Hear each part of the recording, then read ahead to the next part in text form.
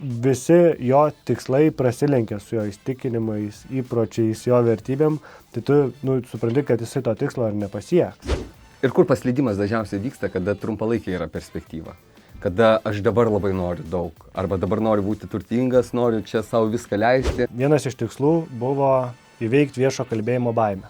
Nes aš ją turėjau labai stiprią ir man būdavo labai sunku pasisakyti net prieš keletą žmonių. Oro trūksta, visas raudonas, rankos dreba ir dar aš žinau, kad turiu nusivilkti marškinius ir parodyti bicepsus prieš 60 moterų auditoriją. Tai reiškia, aš labai aiškiai turiu stoti akistaton su ja. Labai aiškiai turiu įsivardinti, kokią aš baimę jaučiu. Taip. Kokios mintys palydi tą baimę. Ir žmogus, jeigu nesusimasto apie šitas 7 didžiasias nuodėmes, čia 2 iš jų, to rezultate labai greitai... Sveiki, mėly žiūrovai, sveiki prisijungę į podcastą Žmonės pakeitė mano gyvenimą. Tai šito podcasto tikslas yra sugrąžinti dėmesį žmonių į tai, kas iš tikrųjų yra svarbu, kad žmonės eidami link savo tikslų mėgautųsi tuo procesu, vertintų patirtis, žmonės, kuriuos sutinka savo gyvenime, nes dažnai mūsų dėmesys nukrypsta į galutinį rezultatą. Jau kai uždirbsiu pinigų, kai sukursiu verslą, turėsiu šeimą, tada ir būsiu laimingas. Ir pamiršta iš tiesų svarbius dalykus, kurie yra visame tame procese. Ir vienas esminių dalykų yra mėgautis pačiu procesu, pačiu augimu. Tai mūsų tikslas sugrąžinti dėmesį į tai, kas yra svarbu. Ir be abejo, dalinantis savo patirtimis, žiniomis, įkvėpti jūs pačius pokyčiam. Dėl to šiai dienai esam su bičiuliu Rimvydu Jurkuvėnu, kuris yra žmogus prisidėjęs prie didžiausių pokyčių mano gyvenime. Nors ir yra pasidalinti mūsų kelionę, kaip ta draugystė padėjo tos pokyčius padaryti, įveikti baimės. Tai laukia įdomios istorijos. Tikiuosi, mūsų pasidalinimai jūs įkvėps augti ir tobulėti, būti geresnė savęs versija, būti kitokiu, ne? Kas ir yra Rimvydo šūkis. Tai labas Rimvydai. Malonu tave matyti. Abipusiai. Tu antras žmogus, kuris Jurkuvėnu mane vadinė. O kaip turėtų būti? Jurkuvėnas. Jo, o tai kaip, koks skirtumas? Kirtis net ten. Jurkuvėnas. Taip, bet tu išskirtinis, tu gal nesi išskirtinis, antras žmogus išskirtinis, kuris taip kirčiuoja. Bet man patinka. Patinka. Taip, jaučiuosi šiek tiek toks kitoks. Gerai. Tai Rimvydas buvo ir yra mano mentorius pardavimuose, kuris padėjo man padaryti didžiausius pokyčius gyvenime. Tai ar teisingai tave pristačiau, ar norėtum galbūt dar kažką iš savęs pridėti? Teisingai, žinau, kažkaip, kaip pasakysi, taip nepagadinsi, man tinka. Ir esu tam pačiam kely, ugdant kitų kompetencijas, pardavimo kompetencijas, emocinio intelekto, vertybių tų pačių. Tai to nesu paleidęs jau nuo 2009 metų. Esu tame ir smagu, kad tame kelyje atsidūrei tu. Ir taip mūsų keliai susėjo, ko rezultate galėjau prisidėti prie tam tikrų tavųjų pokyčių. Taip, labai didelių pokyčių.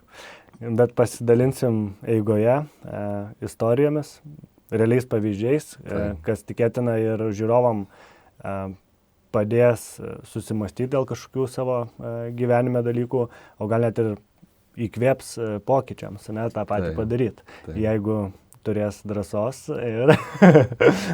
ir žengs tą žingsnį. Labai gerai paminėjai vertybės, nes nuo jų ir norėjau pradėti mūsų pokalbį. Tai kas tau pačiam yra svarbu, kokie yra tavo gyvenimo prioritetai? Taip.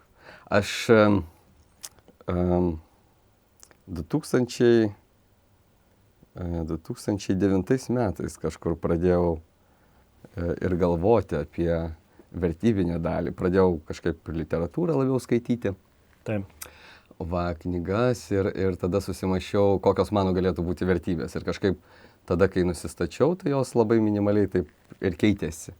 Bet 4 jos pas mane išgrynintos ir pirmoji pagrindinė yra sveikata, į kurią labai apeliuoju, į kurią labai kreipiu dėmesį ir kasdien mąstau, ką darau dėl jos, kad kuo geresnė tą ir fizinę formą, ir dvasinę formą išlaikyčiau. Taip. Va, ir aš kaip traktuoju, kad sveikata tai yra viso ko pagrindas, kada esi tiek dvasiškai, tiek fiziškai sveikas, tada gali būti naudingas kitiems, gali būti naudingas šeimai, padėti artimiesiems, padėti draugams. Įgalus esi tiesiog visą tai daryti. Apskritai mėgautis gyvenimo. Ir mėgautis to pačiu. Taip. Taip. Bet esmė tame, kad be to realiai labai sunku būtų imti ir kurti vertę. Aišku, žinoma, kokia ten ta fizinė negalia ar dvasinė, bet yra galimybės tą stiprinti, tai aš atitinkamai tai labai apeliuoju ir suprantu, kad nuo to priklauso kitos vertybės, kiek jos kokybiškos bus. Ir antroji tai šeima, kas man žiauriai yra svarbu ir kur aš kreipiu dėmesį ir labai norisi ten daug savęs investuoti, labai norisi daug tobulėti tame, savo klaidas identifikuoti, žodžiu, augti nuolatos ir vis būti geresniu tiek tėčiu, tiek vyru. Aš jau santykiuose su 17 metų. Oho. 12 metais susitokiau. Ir laikas labai trumpas, sakyčiau, dar daug kur yra augti, tobulėti. Aš vis jaučiu, vis pastebiu, kad man yra tam tikri tobulintini dalykai. Tai aš pas ką nėra. Tai, bet supranti, kai tai yra vertybė, tada apie tai galvoji. Galvoji, ką aš galiu pakeisti, ne ką kitas gali pakeisti, o ką aš galiu pakeisti. Tai aš labai neįsiplėsiu šitose temose, yra daug ką čia juose pasakyti, bet taip labai siaurai. Trečioji yra asmeninė veikla, tai ką aš veikiu. Čia labai svarbu tobulėti, augti ir savo kompetenciją ugdyti, nuolatos tą daryti. Ir kaip ketvirtą vertybę išskyriau skaitimą, kad skaitimas būtų besąlygiška kasdienybės dalis, vertybinė dalis, kuri aiškiai suponuotų, kad nuolatos turi augti, nuolatos yra ką įdėti, Taip. Nuolatos tą raumenį auginti. Taip. Bendrai tai paėmus, man irgi yra artima vertybių tema. Taip. Dažnai žmonės prisiskiria savo kažkokią vertybę, ne? Taip. Bet kai pradedi žiūrėti ir geriau pažinti žmogų, tai tu matai, kad jo gyvenimas to nedemonstruoja. Pavyzdžiui, žmogus sako, kaip pavyzdys, nori būti finansiškai laisvas. O tai tu jau turi finansinę laisvę? Ne. O tu kokius veiksmus darai, kad tą pasiektum? Ką tavo gyvenimas demonstruoja iš tos vertybinės pusės, kaip tu to tikslo sieki? Neinvestuoja, netaupo. Ne? Ir tu matai, kad tai tikrai nėra vertybė. Taip. Tai neužtenka tik tais susigalvoti, kad dabar mano gyvenime bus tokia vertybė ir aš, čia man bus svarbu ir aš to vadovausiuosi. Jeigu tu nedarai atitinkamų veiksmų ir apskritai tavo gyvenimas net nedemonstruoja, ne, kad ta vertybė tu gyveni ir ją puoselėjai. Tai tavo atveju, kiek aš tave pažįstu, tai aš prieš tai čia bazą vedžiojau, galvoju, šitą klausimą užduosiu. Ir galvoju, pats savo pareflektuosiu, aš įvardinsiu tavo vertybę savo galvoje ir pažiūrėsiu ir paklausęs, ką atsakysi. Tai visos vertybės, apie kurias galvojau, tai sveikata, šeima, asmeninis tobulėjimas. Ir dar galvojau, viena gali būti kažkas su pardavimais susiję, tai vertės kūrimas, tarnystė, pagalba kitiems, kažkas. Tai asmeninė veikla tas palenda. Ja, be abejo, tai kiekvienas, aišku, irgi, kiekvienas žodžius interpretuoja savaip ir turi tam tikrą prasme. Tai mano žodžiais yra vienaip, o tavo kitai, bet kalbam apie tą patį iš principo. Taip, aš daiktavardžius įvardėjau, kad sveikata, šeima, bet realiai vertybė tai yra veiksmažodis. Veiksmas, kurį tu atlieki. Taip. Ir po tais daiktavardžiais mano įvardintais slepiasi veiksmai. Ką tu darai? Kasdieniai veiksmai. Ką tavo gyvenimas demonstruoja. Ką darau, į ką koncentruojuosi. Man, taip, vertybės kaip dažnai literatūra rašo kaip kelrodė žvaigždė, arba kompasas, taip, bet aš daugiau taip linkęs vadinti kaip navigacija. kuri gali šiek tiek ir pakrypti kitą kryptim, kur atrodo važiuoji, veda tave, bet brač žiūri, kad ne ten šiek tiek nuvedė. Nes tai yra gyvenimas, kur nebus taip tobulai. Taip, aš ten kreipiu dėmesį, ką valgau, kreipiu dėmesį, kiek miegu, kreipiu dėmesį, kiek sportuoju, ką fiziškai atlieku su savo kūnu. Tačiau taip atsitinka, kad brač įdedu ir netinkamą maistą į savo kūną ir nepastiprinu apsaugos sistemų. Taip. Būna ten atsigulu vėliau, kur irgi ta prasme, kas čia dabar navigacija sustrikavo.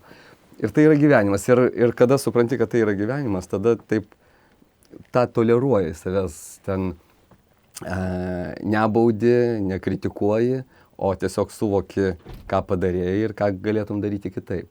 Kad tai nepasikartotų, nes atitinkam pasiekmes akivaizdžiai pamatai.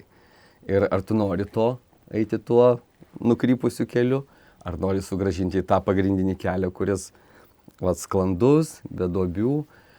Bet reikia suprasti, kad tos duobės natūraliai vis tiek vienu ar kitu atveju atsiras. Ir svarbu šitoj vietoj tą priėmus save vis sugrąžinti į tinkamą kelią. Va. O, kaip tik... Kalbant apie vertybės. Kaip tik atsispaudimai. Taip, žadintuvas suskamba 10:30, kad padaryti 90 atsispaudimų. Tai gerai, tai reikia daryti? Taip, negalim paminti tavo vertybių, jokiais būdais. Ką, varom tada? Kur darysim?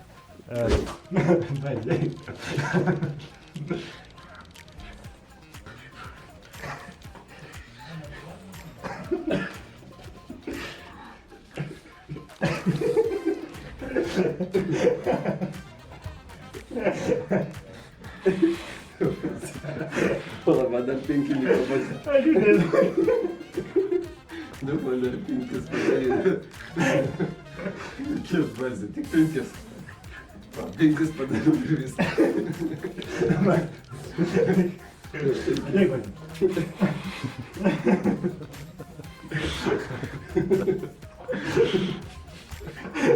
Palauk, čia.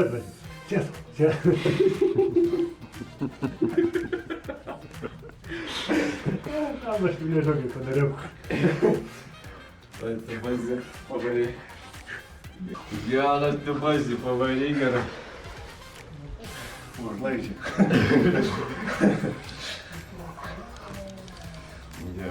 Dar ten 5 bazė. Ar leisi ten 5 padaryti? Be šansų.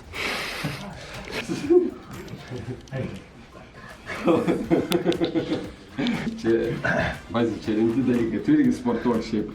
Irgi sportuok. Var kartu? Var, vieną.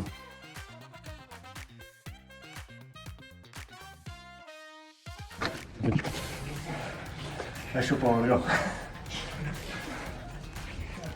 Svorį. Daryk. Taip, bazė.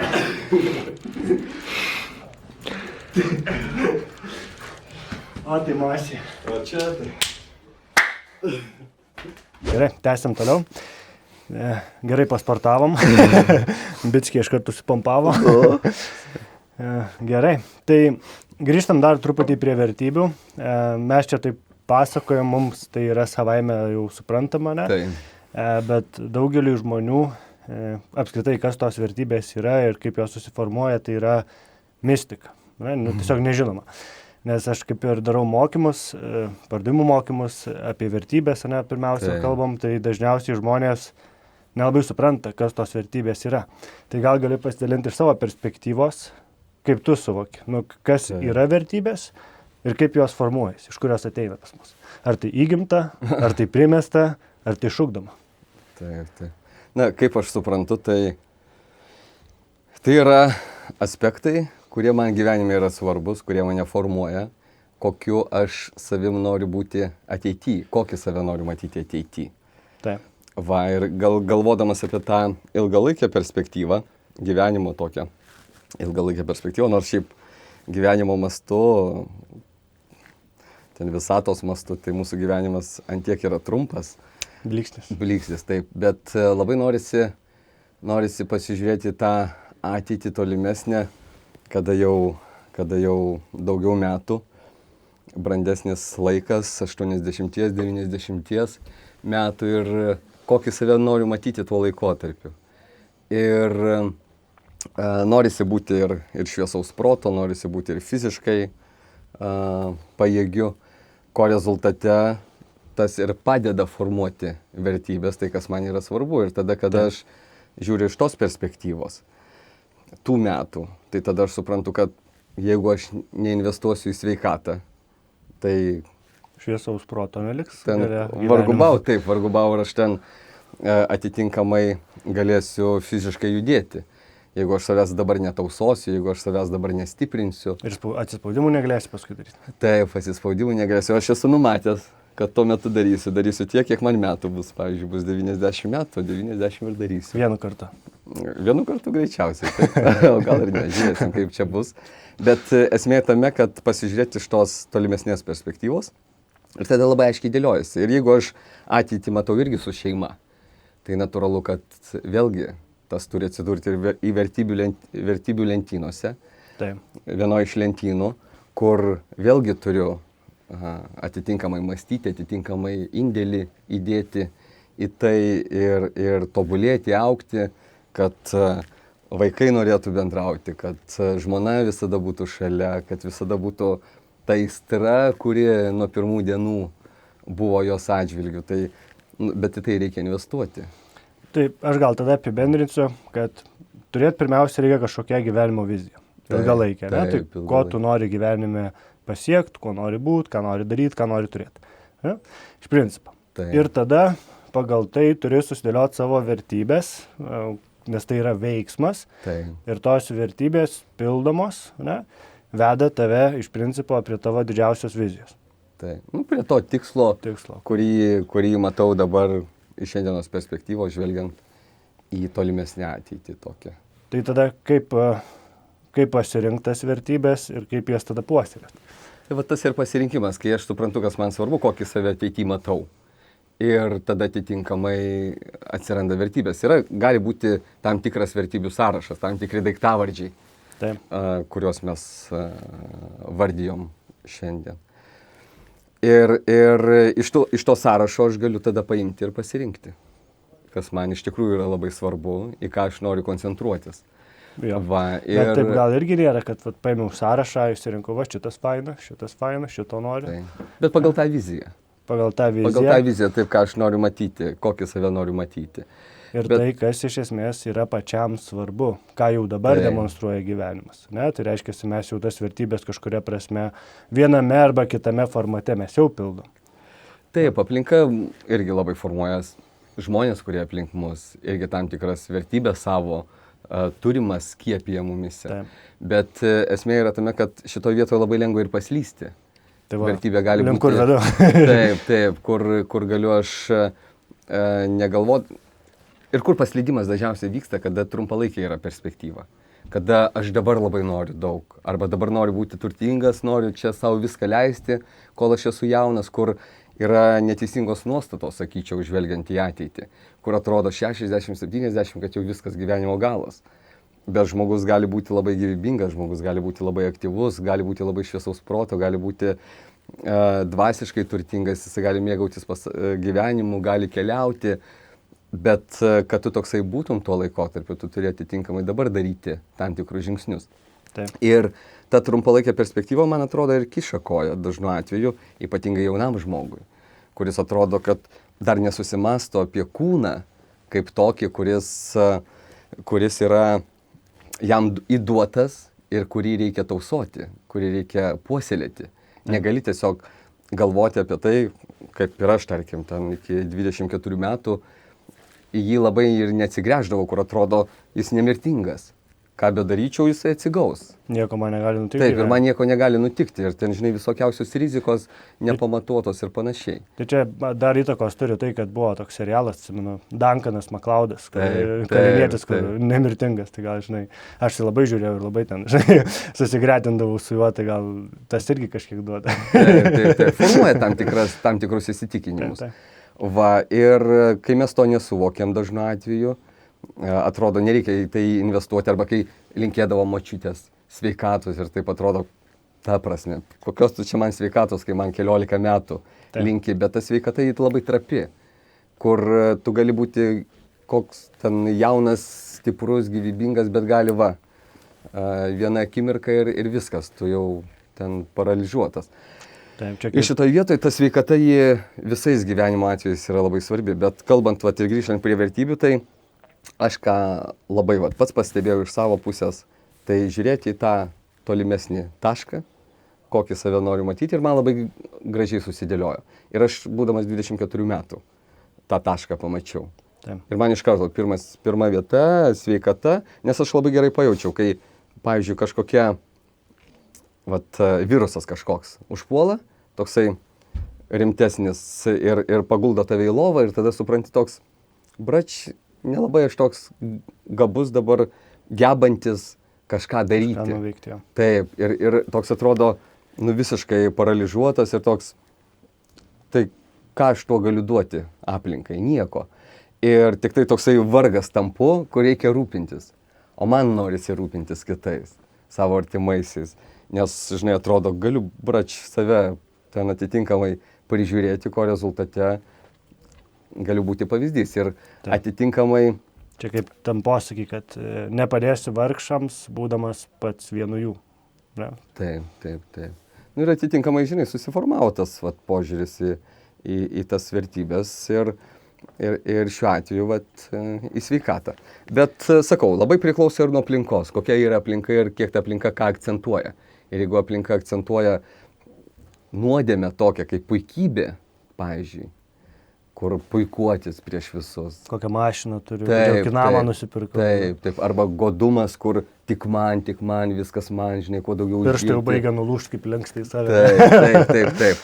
Ir žmogus, jeigu nesusimasto apie šitas 7 didžiasias nuodėmės, čia 2 iš jų, to rezultate labai greitai, ir jeigu aplinka yra tokia, kurie irgi tik tai puikuojasi ir viską, ir jį labai gali nukreipti netinkamą linkmę, ir jisai gali vertybę pasirinkti kaip puikybę. Ir laikas parodė retrospektyviai, žvelgiant iš šiandienos situacijos, iš mano gyvenimo perspektyvos, laikas labai aiškiai yra parodęs, kad puikybė galiausiai sulūžta. Ir tampa gėda. Taip. Subalansuoja gyvenimas. Taip. Kuo aukščiau kyli, tai paskui tuo žemiau krenti. Taip. Kiek puikybės, tiek paskui gėdos ir kaltės. Taip. Ir yra labai daug pavyzdžių ir Lietuvoje, ir pasauliniu mastu, kur tas anksčiau ar vėliau subliūkšta. O vertybė mano akimis yra, žinai, tas kelias, kuris tave turi lydėti visą gyvenimą ir kuris veda prie to taško, kuriame tu, žvelgdamas jau iš tos perspektyvos, taip atsigrėži ir galvoji, kaip fainai, kad ėjau tuo keliu, koks jis buvo nuostabus. Kaip buvo gerai, kaip išgyvenau tas akimirkas, kaip mėgavausi, būdamas, mes sėdim dabar, ar ne, bendraujam ir taip gera, ir taip mėgaujusi tą akimirką. Žinai, nuoširdžiai kalbam. Taip. Ir tą jausmą, kad tai nebūtų, žinai, toksai susitikom, pakalbėjom, nes čeką užsidėti, kad reikia reguliariai tą padaryti. Taip. Bet ne būti, išbūti tą jausmą tą taip tokį išgyventi. Taip, žinai, gera, taip, toks, žinai, tokia, kūnas labai aiškiai tą išduoda, ką jauti. Ir kūnas toks atsipalaidavęs, taip, žinai, tokioj lengvoje euforijoje. Toks, Pakylėjime, taip, nes, žinai, tokios artimos temos, labai taip, geras žmogus priešais. Ir žinai, to rezultate kažkaip, norisi būti. Taip. Ačiū už komplimentus, abipusiškai aš tą patį jaučiu. Dar gal pridėsiu irgi prie vertybių, kaip jas išsigrynint, tai kiek man pačiam teko gilintis ir kiek dirbti su žmonėmis, tai dažniausiai pagrindas mūsų vertybių formavosi mūsų vaikystėje. Tai dažniausiai iš didžiausio trūkumo, to, ko labiausiai trūko, ko nepatyrėm, ko labai norėjom, tai tapo tokiu giluminiu troškimu. Tą dalyką išpildyti. Pavyzdžiui, jeigu žmogus neturėjo sveikatos, kažkas buvo su sveikata, tai jo aukščiausia vertybė ir bus sveikata, ką jis ir puoselės. Ar, sakykime, jeigu trūko pinigų, gyveno kažkokiam nepritekliui, neturėjo už ką pavalgyti, tai tikėtina, kad pašvęs savo gyvenimą, aprūpint save, savo šeimą, gal ir kažkiem kitiems skurstančiam padėti. Nu, kiek jau ten žmogus sąmoningume išeis ir kiek norės globaliai tas problemas spręst, bet principas, kad didžioji dalis vertybių, aišku, tu eigoje gali sąmoningai tą koreguotis ir pagal mūsų gyvenimą tos vertybės keičiasi, bet šaknys, pats pagrindas, tai gilioje vaikystėje, ką vat ir verta studijuoti, ir tai jau parodo, ką mūsų gyvenimas demonstruoja ir kas iš tikrųjų mums yra svarbu. O paskui jau galima kažkokias korekcijas daryti. Taip. Ne faktas, aišku, kad nebūtinai, bet tai bus taip, nes, pavyzdžiui, mano situacijoje tai su sveikata nėra buvę kažkokių niuansų vaikystėje. Tu sąmoningai rinkaisi, kas tau. Taip, aš jau žiūrėdamas iš tos tolimesnės perspektyvos tą pasirinkau, bet taip, tas labai formuoja, ką tu kalbi. Taip. Tas tikrai ypatingai, taip, tas koncentracija į finansinę dalį, jeigu buvo nepriteklius, tai norisi ir pasineria žmonės. Bet vėlgi, čia ne faktas, kad tai bus, bet dažnai... Vienos formulės nėra. Taip, vienos formulės nėra ir kaip ten susiklostys. Bet svarbiausia, aš manau, kad bendrai jaunas žmogus suklustų ties tuo, pradėtų galvoti. Apie tai, kas man yra svarbu, mes galim to vertybėm net nevadinti. Bet tiesiog, kas man iš tikrųjų yra svarbu ir kokį aš save noriu suformuoti. Nes, nuolatos augi. Nuolatos bus gyvenime pasirinkimų. Taip, ir pasirinkimų bus. Ir į kiekvieną pusę, į geresnę, į blogesnę. Ir tą pasirinkimą padarys žmogus. Taip, ir darys arba pagal vertybės. Jeigu jie žinos, nes va čia, kai atsiranda kažkoks pasirinkimas, rinktis kažkokį pasiūlymą, karjeros galimybės, ar nesirinkt, galima pasvert pagal savo vertybės. Ar išpildo mano vertybės, ar atitinka man vertybiškai. Taip. Ir aš galiu link to eiti. O jeigu neišpildo ir dar matau, kad kaip tik kerta per mano vertybės, gerai, ten gal uždirbsiu pinigų, bet, nežinau, kažką apgausiu. Čia toks kraštutinis pavyzdys. O mano vertybė tai yra ten tarpusavio ryšiai, geri santykiai. O matydamas tai, kad tą santykį gali sugriauti, kažkokia galimybė, kažkoks pasirinkimas. Tai galiu tada išrinktis pagal savo vertybės. Bet jeigu nežinau savo vertybių, gal bus gerai, gal bus blogai.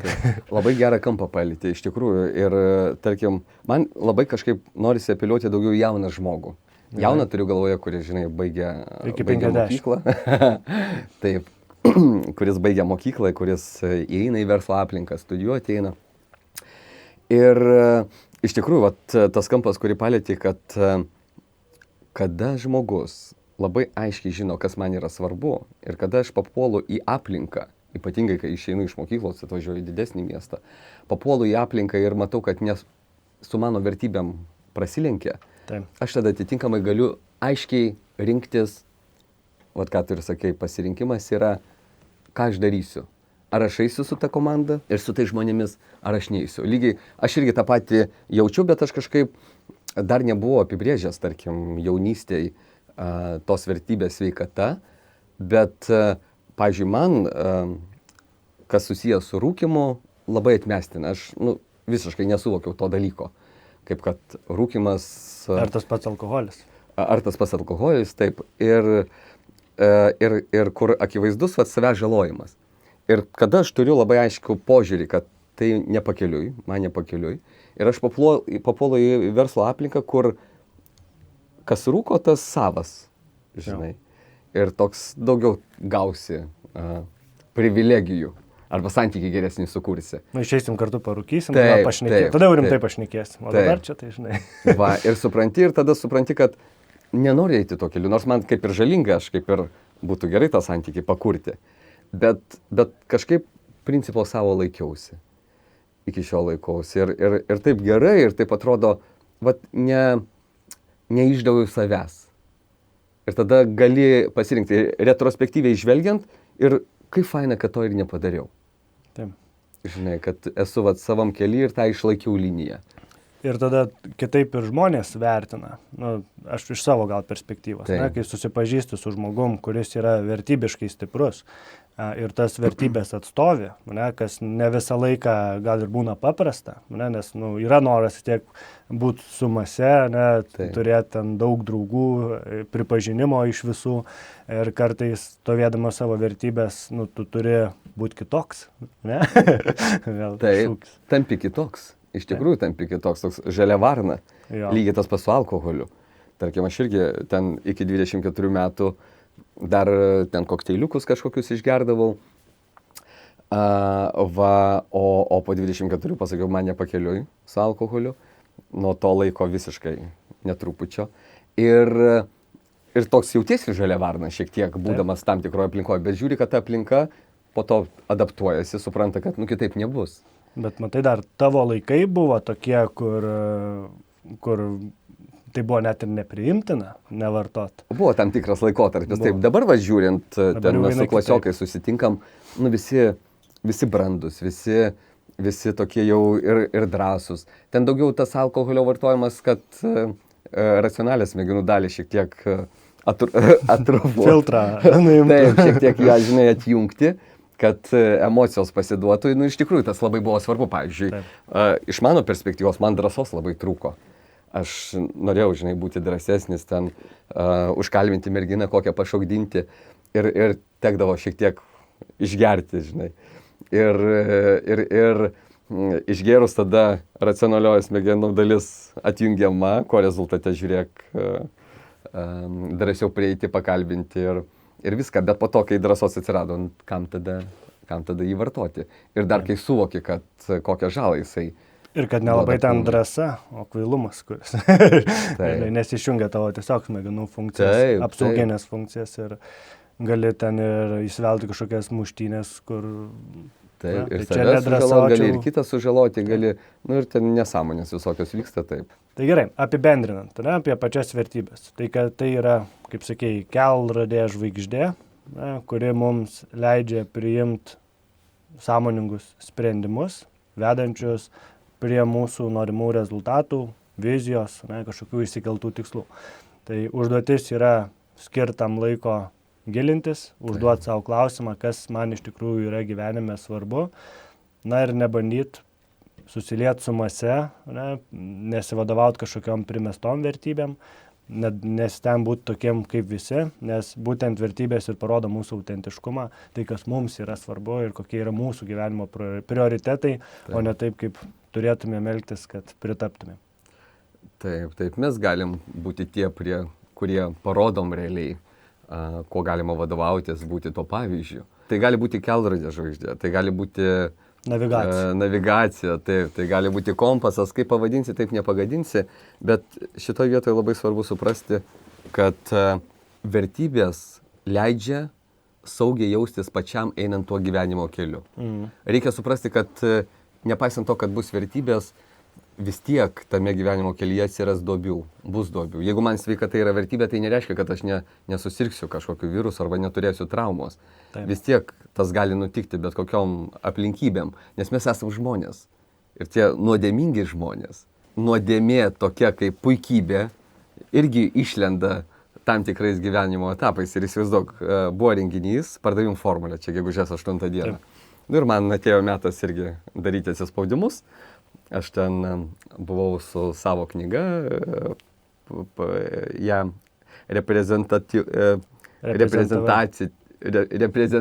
jos buvo taip ir žodžiu su savo stendu.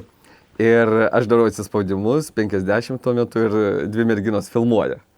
Ir taip, žinai, galvoju, reikia vyšnę ant torto, dar špagatą padaryti. Žinai.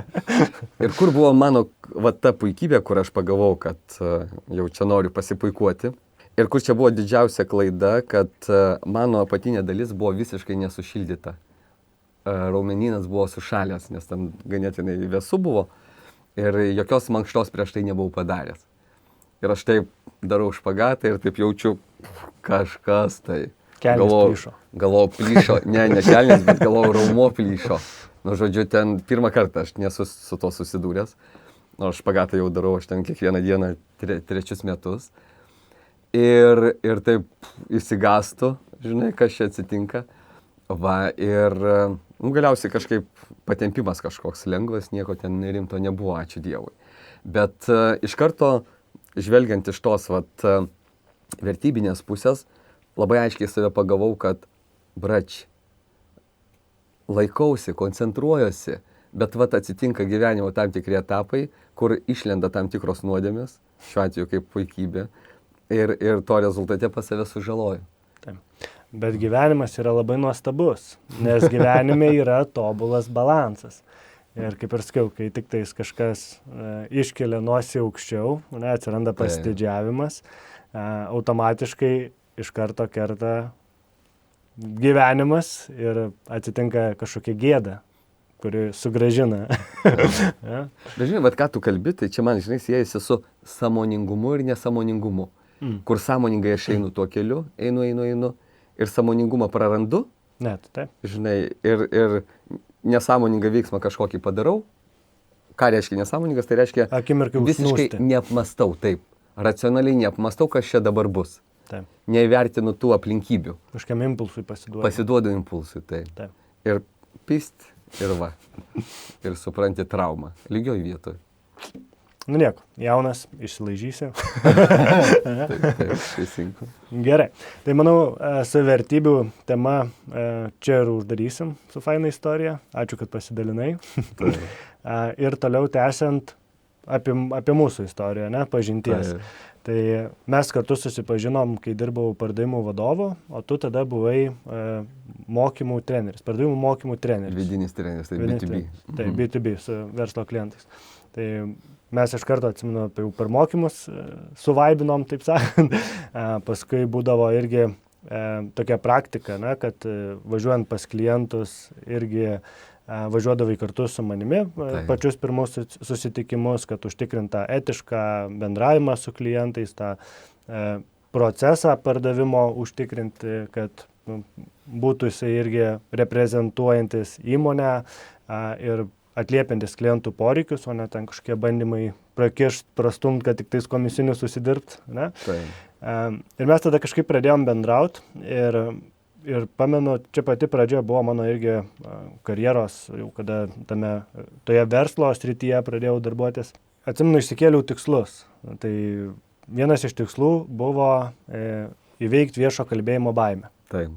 Nes aš ją turėjau labai stiprią ir man būdavo labai sunku pasisakyti net prieš keletą žmonių. Netgi komandoje, ten, kad ir pažįstami žmonės, kažkoks yra komandos susitikimas, ten 4-5 žmonės, visi ten išsako savo nuomonę, diskutuoja, argumentuoja savo ten kažkokį požiūrį. Ir aš noriu kažką pasakyti ir jau ruošiuosi ir iš karto sukausto, atrodo, kvapą atima, raudonis pradeda mušt, tada iš karto dar apie tai pradedi galvoti, kad ir kiti mato, kad kažkaip blogai pasirodysi, nes dar tik tais, ta karjeros pradžia, tai vis tiek nori įsitvirtinti ir kažkokį autoritetą tame turėti būti specialistu, o vos tik tais nori pasidalinti kažkuo ir čia ir stoja viskas. Ir atsimenu, išsikėliau tikslą. Tik išsikėliau, ten praėjo gal kelios savaitės, ar gal net ir kelios dienos. Atsimenu, prieini tu prie manęs. Pamini, ką sakei? Įsivaizduoju, aš tą vietą, kaip dabar atsimenu. Ja. Tai sako, Rimvydas, žiūrėk, nori galbūt seminare sudalyvauti. Bus moterim seminaras, ten dalyvaus apie 60 moterų. Ir labai galvoju, sako, tu tiktum. Sako, tavo plaukai ir mano grožis. Labai geras bus derinys. Ir aš, sako, taip įsivaizduoju, kad tu ten maždaug būsi kaip flipboardas, ant kurio moterys rašys. Taip įsivaizduoju su šortukais, tu įvažiuoji ant riedučių į sceną.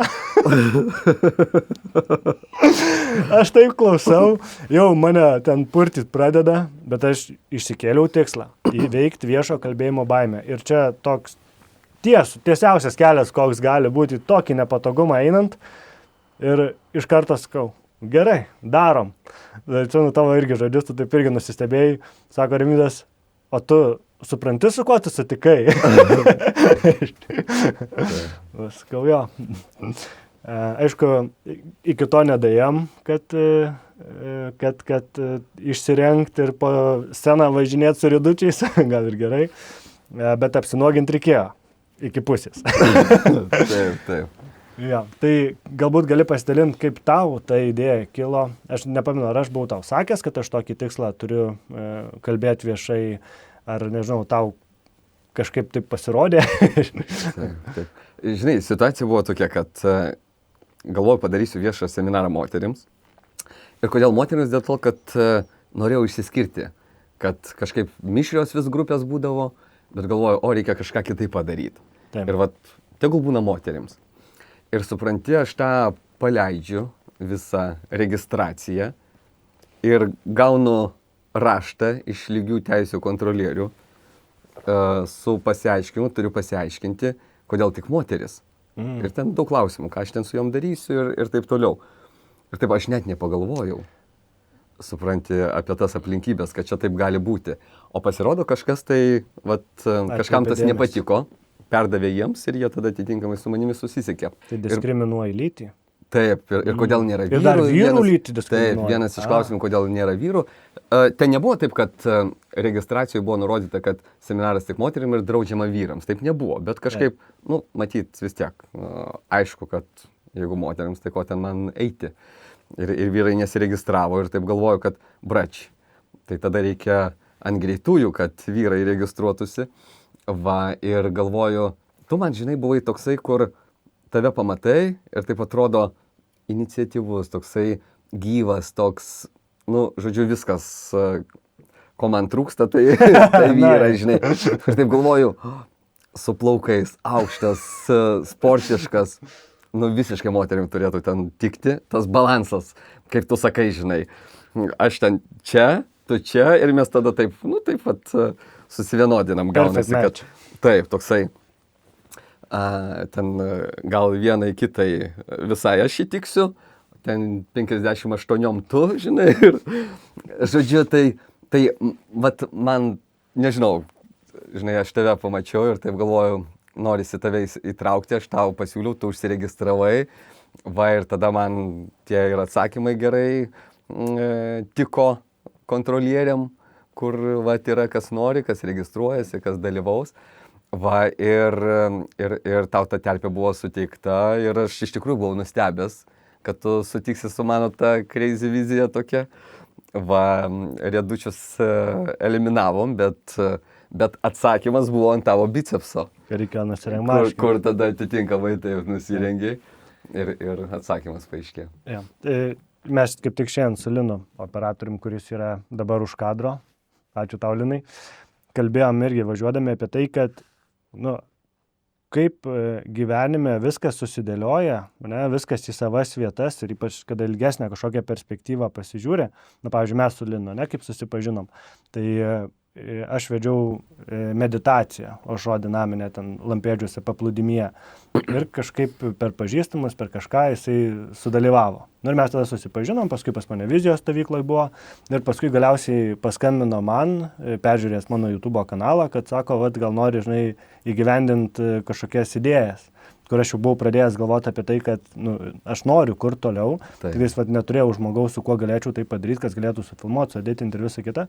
Ir taip visa seka, atrodo, kur visiškai nesusiję dalykai, dariau meditaciją, kuri buvo irgi tokia, tiesiog iš idėjos kažkuo pasidalint, ir viskas taip išsirutuliojo ir su tavim, dabar ką girdžiu, tai iš vienos pusės iššūkis, kažkas pasikreipė ir dar ten, kiek atsimenu, net ir baudom grasino, kad jeigu nebus vyrų, ir čia galėtų būti stabdys, kur sakytum stop, bet ilgalaikiai perspektyvoje viskas taip susidėliojo, kad tada man atsirado galimybė vardan to, kad tai įvyko, man atsirado galimybė tą viešo kalbėjimo baimę įveikti. Tada viskas dar labiau bus, kai pradėjo dėliotis. Bet žinai, kaip aš galvoju, kad realiai viskas, kas įvyksta, tai tavo yra elgsenos pasiekmė. Kaip tu elgiesi. Jeigu savęs taip nebūtum pozicionavęs ir mano atžvilgiu nebūtum tokių emocijų demonstravęs, kaip kad norą bendrauti, norą pasiimti informaciją, norą važiuoti kartu pas klientus, atitinkamai vargu bau ir aš tau būčiau tą galimybę tokią pateikęs. Bet kai aš tave mačiau tokį gyvą, energingą, kuris nori eiti į sceną, taip iš karto, pirmų numerį aš galvoju, pasaka. Man pačiam ten irgi, žinai, viskas atrodo atitinka, nežinau, virš 100%. Ir tada atitinkamai tavo elgsena, jinai sąlygoja tokį rezultatą. Taip, lygiai taip pat aš labai gerai atsimenu iš savo pirmųjų žingsnių versle, kur aš į vadovus, tuometinius vadovus žiūrėdavau, nežinau, labai jausdavau irgi gerus jausmus jų atžvilgių. Man jų kompetencija labai imponavo, jų bendrai, kaip jie vizualiai atrodo, kaip save komunikuoja, pateikia. Ir taip, žinai, einu pro juos ir man norisi tą kūno kalbą aiškiai, net nesąmoningai ta kūno kalba demonstruoja tą šiltus jausmus jų atžvilgių. Tai išsiduoda per šypseną, per degančias akis, žvelgiant į juos. Ir supranti, praeina tam tikras laikotarpis, ir čia buvo real story, kur praeina 14 metų ir vienas iš tų aukščiausių vadovų paskambina man, sako, noriu, kad mokytų mano žmonės. Galvoju, gal grupė ten kažkokia, 14 žmonių, kurią padaryti mokymus. Sako, kiek žmonių? 300. Okay. Ir ta draugystė mūsų truko 4 metus. 4 metai mokymo procesas. Ir taip, žinai, pagalvoju, kur nebuvo visiškai jokių minčių. Aš net nežinojau tuo laikotarpiu, kad aš turėsiu savo įmonę, kad mokymus vesiu. Tiesiog viskas vyksta natūraliai, nuoširdžiai. To neslėpi, neblokuoji.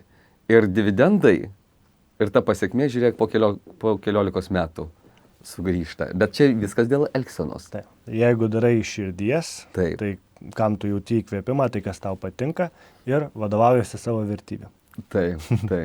Gerai, tai aš dar noriu iš savo perspektyvos pasidalinti savo suvokimais, kas įvyko, koks pokytis įvyko ir ką supratau visame tame įveikdama savo baimę viešo kalbėjimo. Tai dar noriu pasidalinti iš savo perspektyvos suvokimais ir apskritai apie pačias baimės, kad aš iš karto sutikau su tavo pasiūlymu tam, kad nespėt prisigalvot priežasčių, dėl ko nedaryti. Žinai. Ir pamenu, kai sutikau, tai kaip ir viskas buvo ok, pasijuokėm, bet paskui jau pradėjo lysti įvairios mintys, kad kaip čia atrodys, čia gal apsijuoksiu ir ten visa kita. Bet gerai, jau einam toliau, žengiam tą žingsnį. Noriu kalbėti viešai, nes aš turiu ką pasakyti, atrodo, turiu žinių ir aš noriu dalintis, bet stabdo ir mane apriboja mano baimė. Tai pamenu, čia buvo viena gal stipriausių mano gyvenime patirčių, kai jau prasidėjo seminaras ir buvo taip, kad jau tu pradėjai, ten pasakojai, ir pačioje pabaigoje aš kažkaip turėjau ateiti ir tas laukimas, tas tarpas, atrodo, truko visą amžinybę. Aha. Ir jau aš už durų stovėdamas ir laukdamas, jau ten ir prakaitavau, ir oro trūko, ir visas raudonis muša.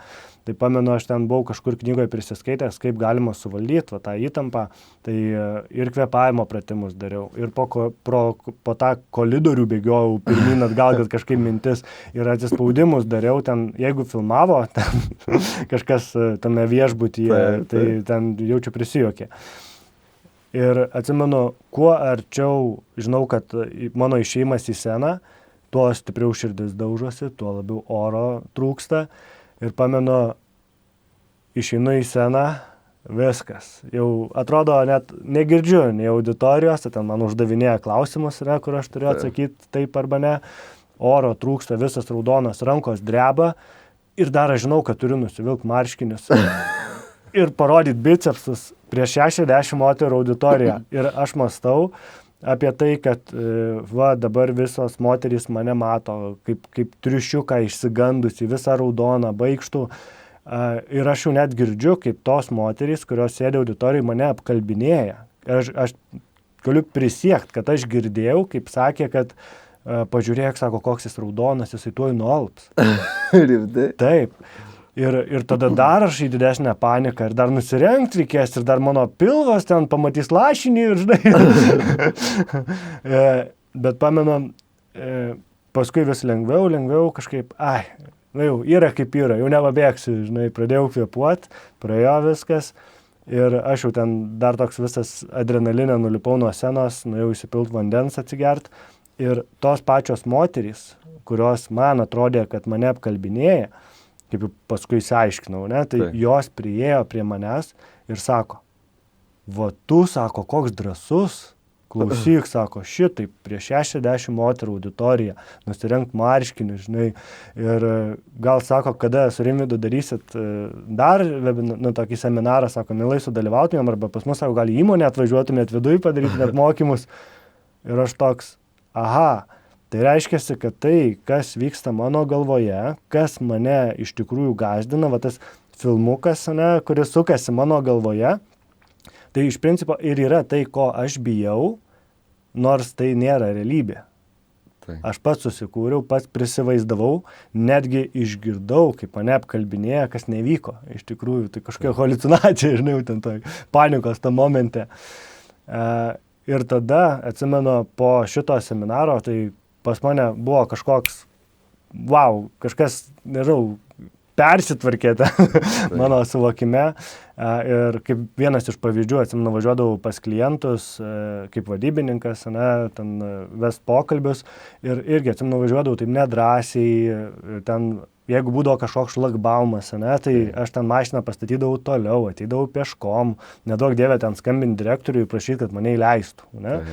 Ir pamenu, prigavau save, kad atvažiuoju aš jau ten pas klientą, šlagbaumas, aš jam taip drąsiai, labą dieną, atvažiavo Arnoldas, prašom atidarykit šlagbaumą, čia noriu įvažiuoti pastatyti mašiną. Nu, įleidžia, aš toks savim užtikrintas, pasitikintis, įžengiu pro duris, ten labą dieną, gal skau kavos atsigeriam, gerai, mielai padarysit, ir aš jau stebiuosi savim, wow, galvoju, kas čia vyksta, žinai, kaip diena ir naktis atrodo po vieno įvykio, nors tas įvykis buvo labai intensyvus, bet tai ir davė esminius pokyčius gyvenime. Ja?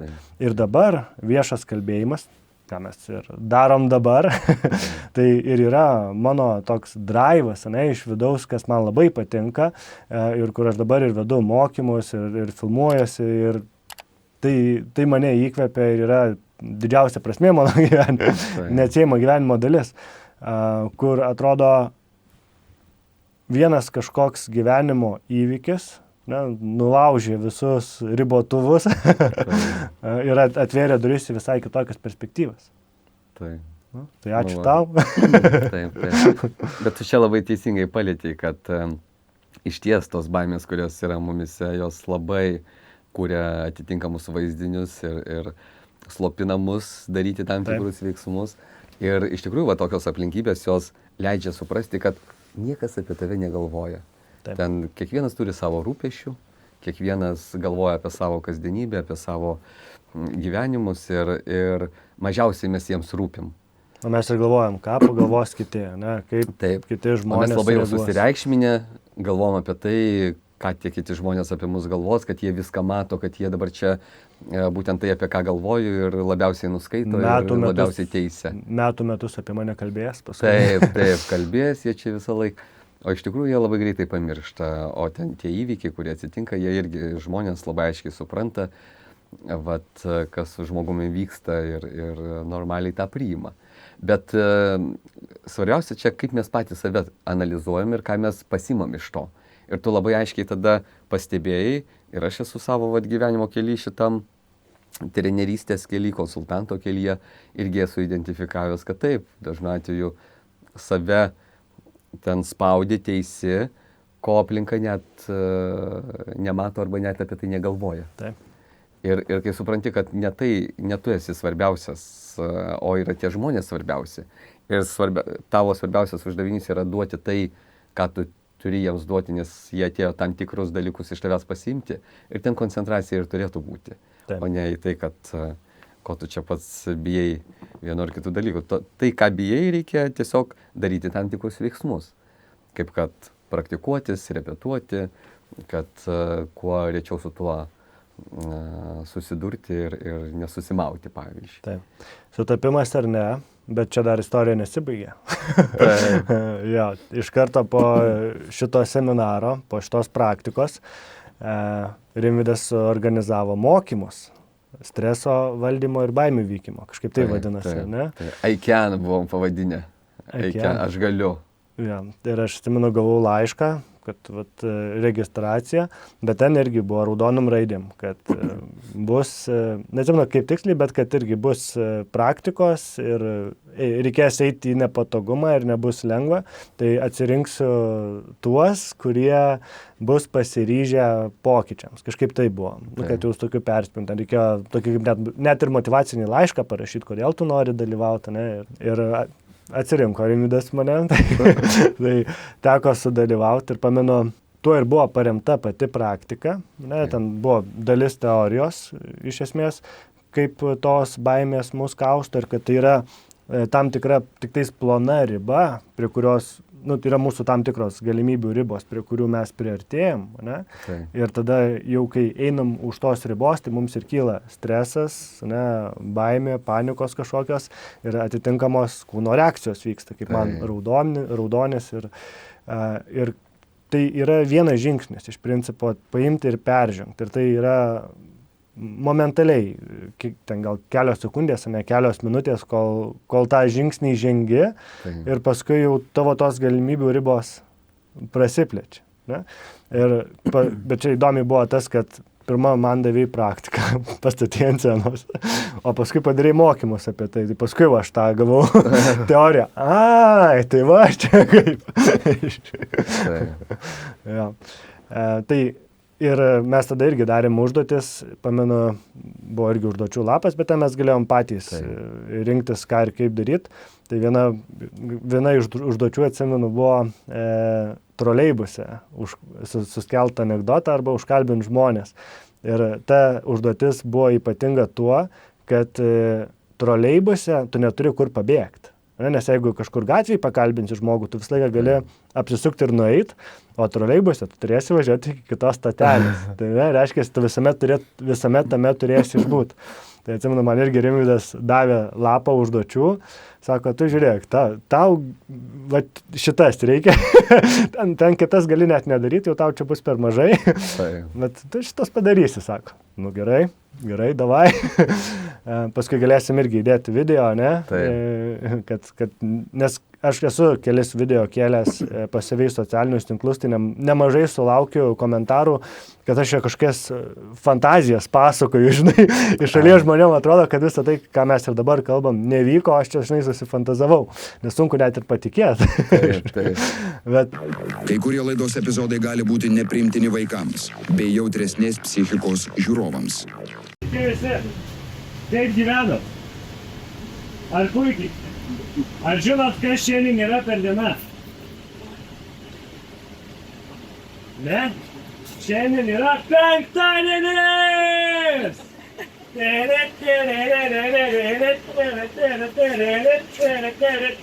Penktadienis. Duokit 5 už penktadienį, už penktadienį, už penktadienį, už penktadienį.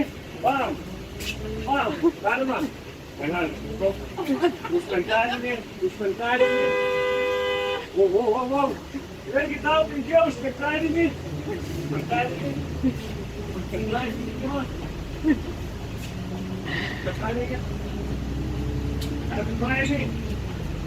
Penktadienį.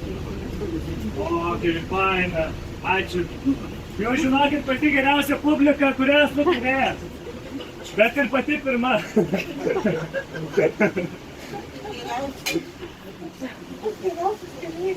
O, ačiū. Geros jums dienos. Laikykitės, būkit saugus.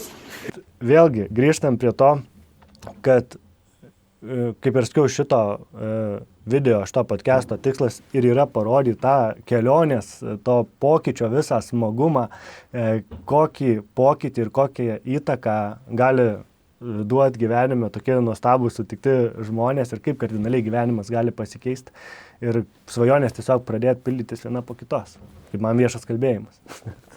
Aš čia norėčiau reaguoti taip, kad čia reikia suprasti, kad buvo 17-18 metai kažkur, ar ne? Šiaip realiai. Jo. Tas seminaras moterims 17 buvo metai. Ir po to mokymai. Tai Supranti, mano indėlis realiai, aš sakyčiau, ten mažiausias buvo. Viskas buvo tavy. Tu buvai pilnas energijos, toksai užsivedęs ir tu turėjai norą tą ugdyti kompetenciją, ugdyti. Nes buvo tam tikrų dalyvių, kurie nesiryžo padaryti, net ir paprasčiausių užduočių. Va, ir iš tikrųjų čia ir buvo, žinai, tos sesijos, to mokymo tikslas, kad sukurti žmonėms erdvę, praplėsti komforto zoną. Nes aš esu jau patogioje aplinkybėje ir įgūsti naujų dalykų, pastebėti save iš šalies, susidurti su savo baimėmis, įsivardinti tas baimės.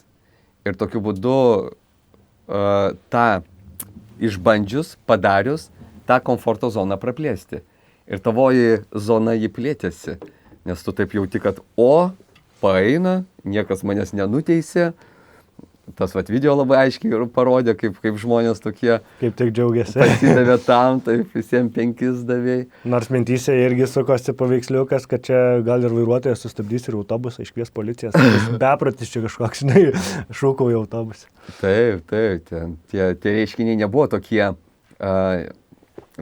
įprasti tuo laikotarpiu. Dabar mes čia daug dalykų matom. Jau yra YouTube'as, challenge'ai visokie. Taip, o tuo laikotarpiu tai retenybė buvo. Ir sakau, aš čia mažiausią vaidmenį sužaidžiau, tiesiog tu pakliuvai tame kelyje ir tavo pasiryžimas, noras, savęs matymas, ką tu nori savį formuoti ir privedė prie to, kad tu imi tas galimybės, kurios tau buvo sutiktos. Bet nebūtų buvę tokių aplinkybių, galimybių.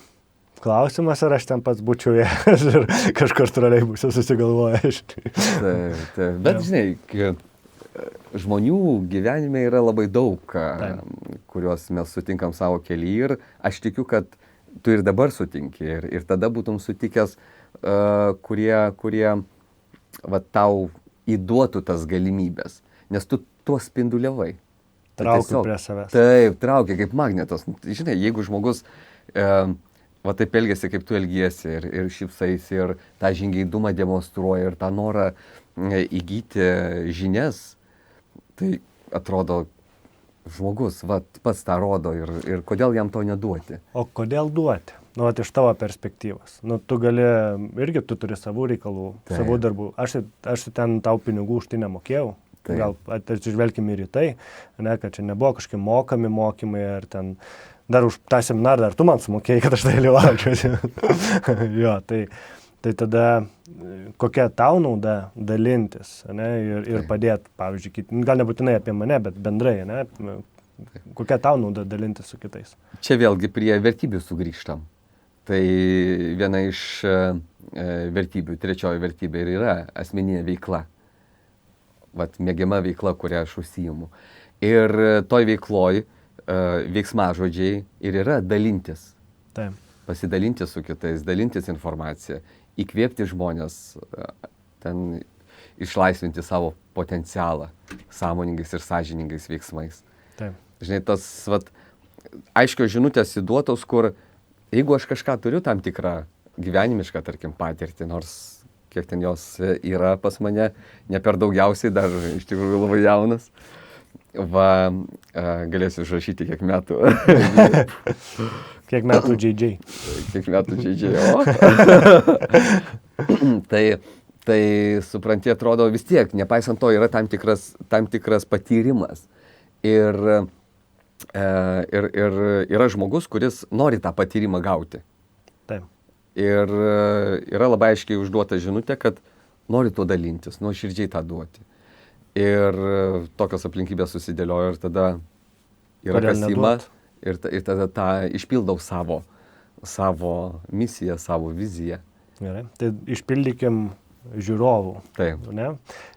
Viziją, misiją. Tai sakykime, dabar mūsų žiūrovai žiūri ir galvoja, kad aš turiu kažkokią baimę, ten gal viešo kalbėjimo. 90% žmonių turi viešo kalbėjimo baimę. Tai kokius veiksmus, ką man dabar padaryti, kad aš jau, bent jau kažkiek tą baimę įveikčiau ir pasistumėčiau link savo norimų rezultatų.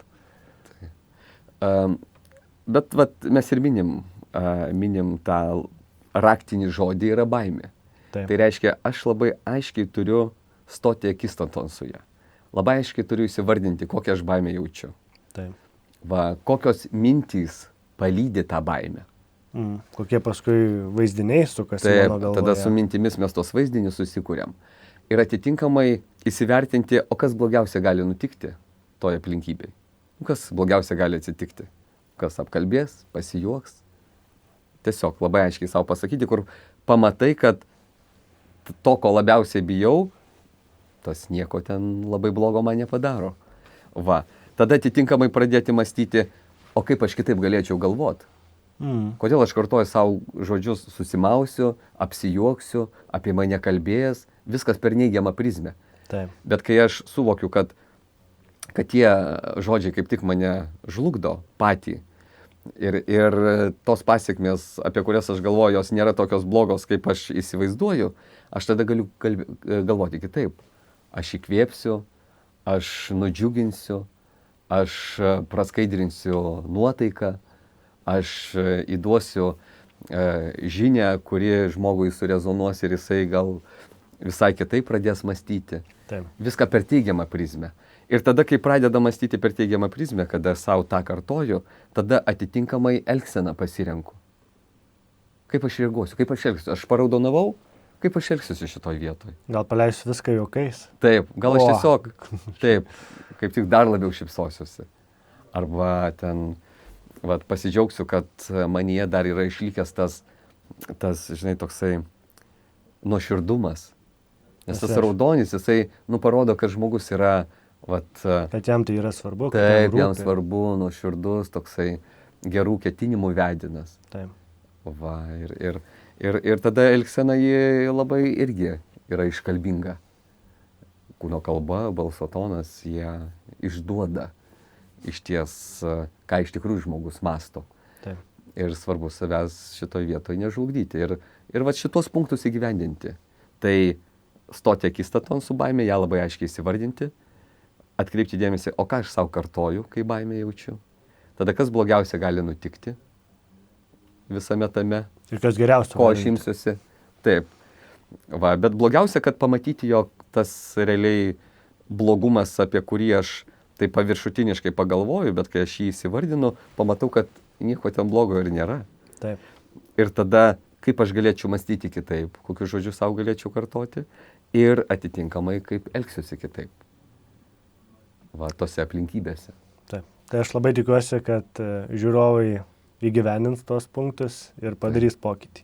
Tai aš tik galiu savo patirtimi užtikrinti, kad tai veikia ir tai duoda rezultatą. Jeigu paimsit, jeigu padarysit, pokyčiai garantuoti. Kokybės standartas. Taip. Dar truputį noriu tęsiant istoriją mūsų pažinties, kai kuriuos įvykius irgi pabrėžti, apie kuriuos galbūt tu ir pats net ir nežinai, bet kokią įtaką padarei iš šalies.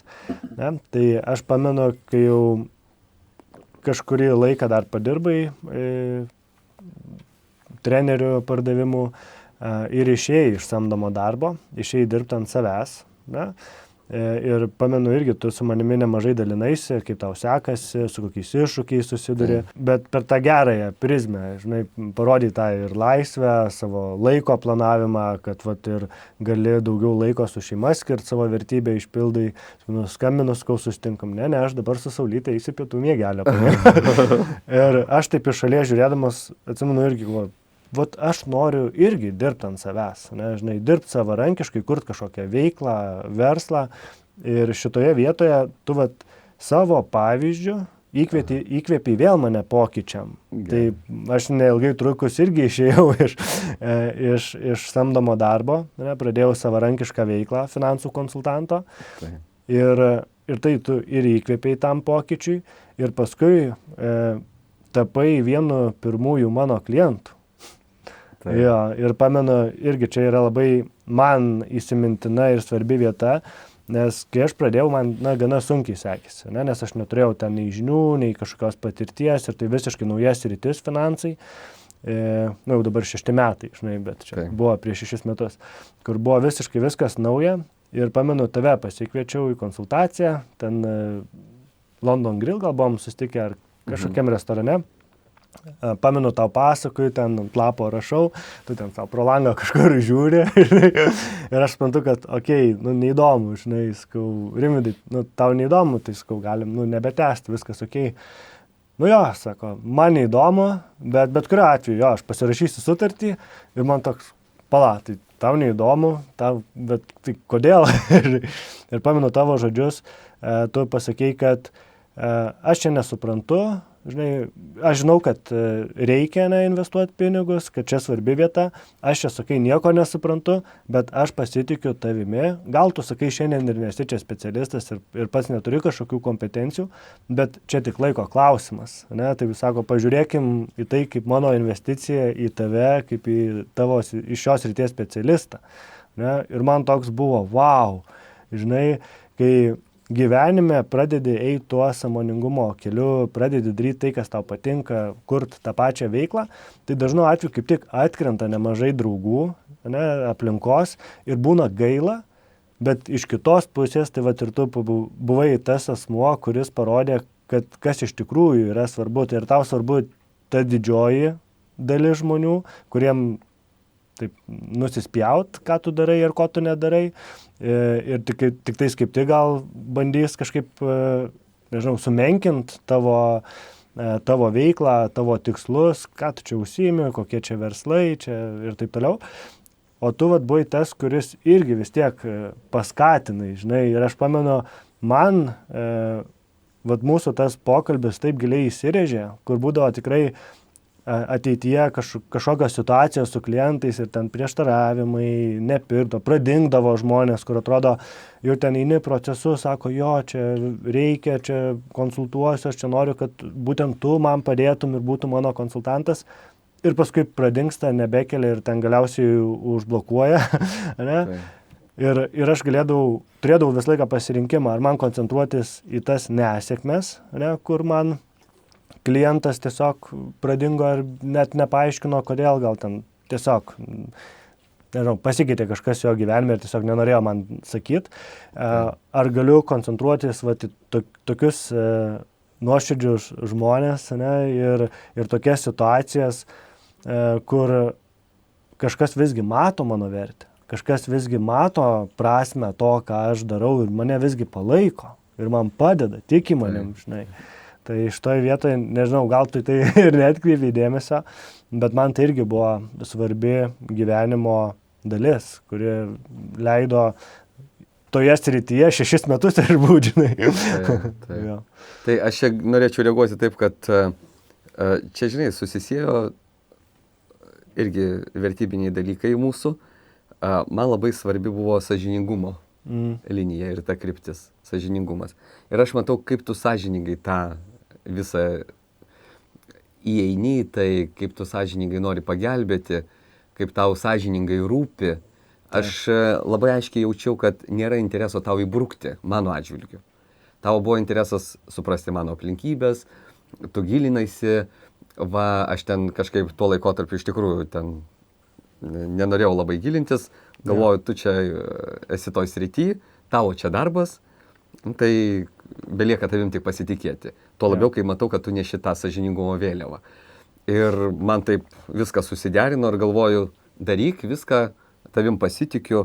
Dabar žiūrint retrospektyviai, jau čia tie 6 metai, viskas labai ten sklandžiai, pastoviai vyksta tie procesai. Taip.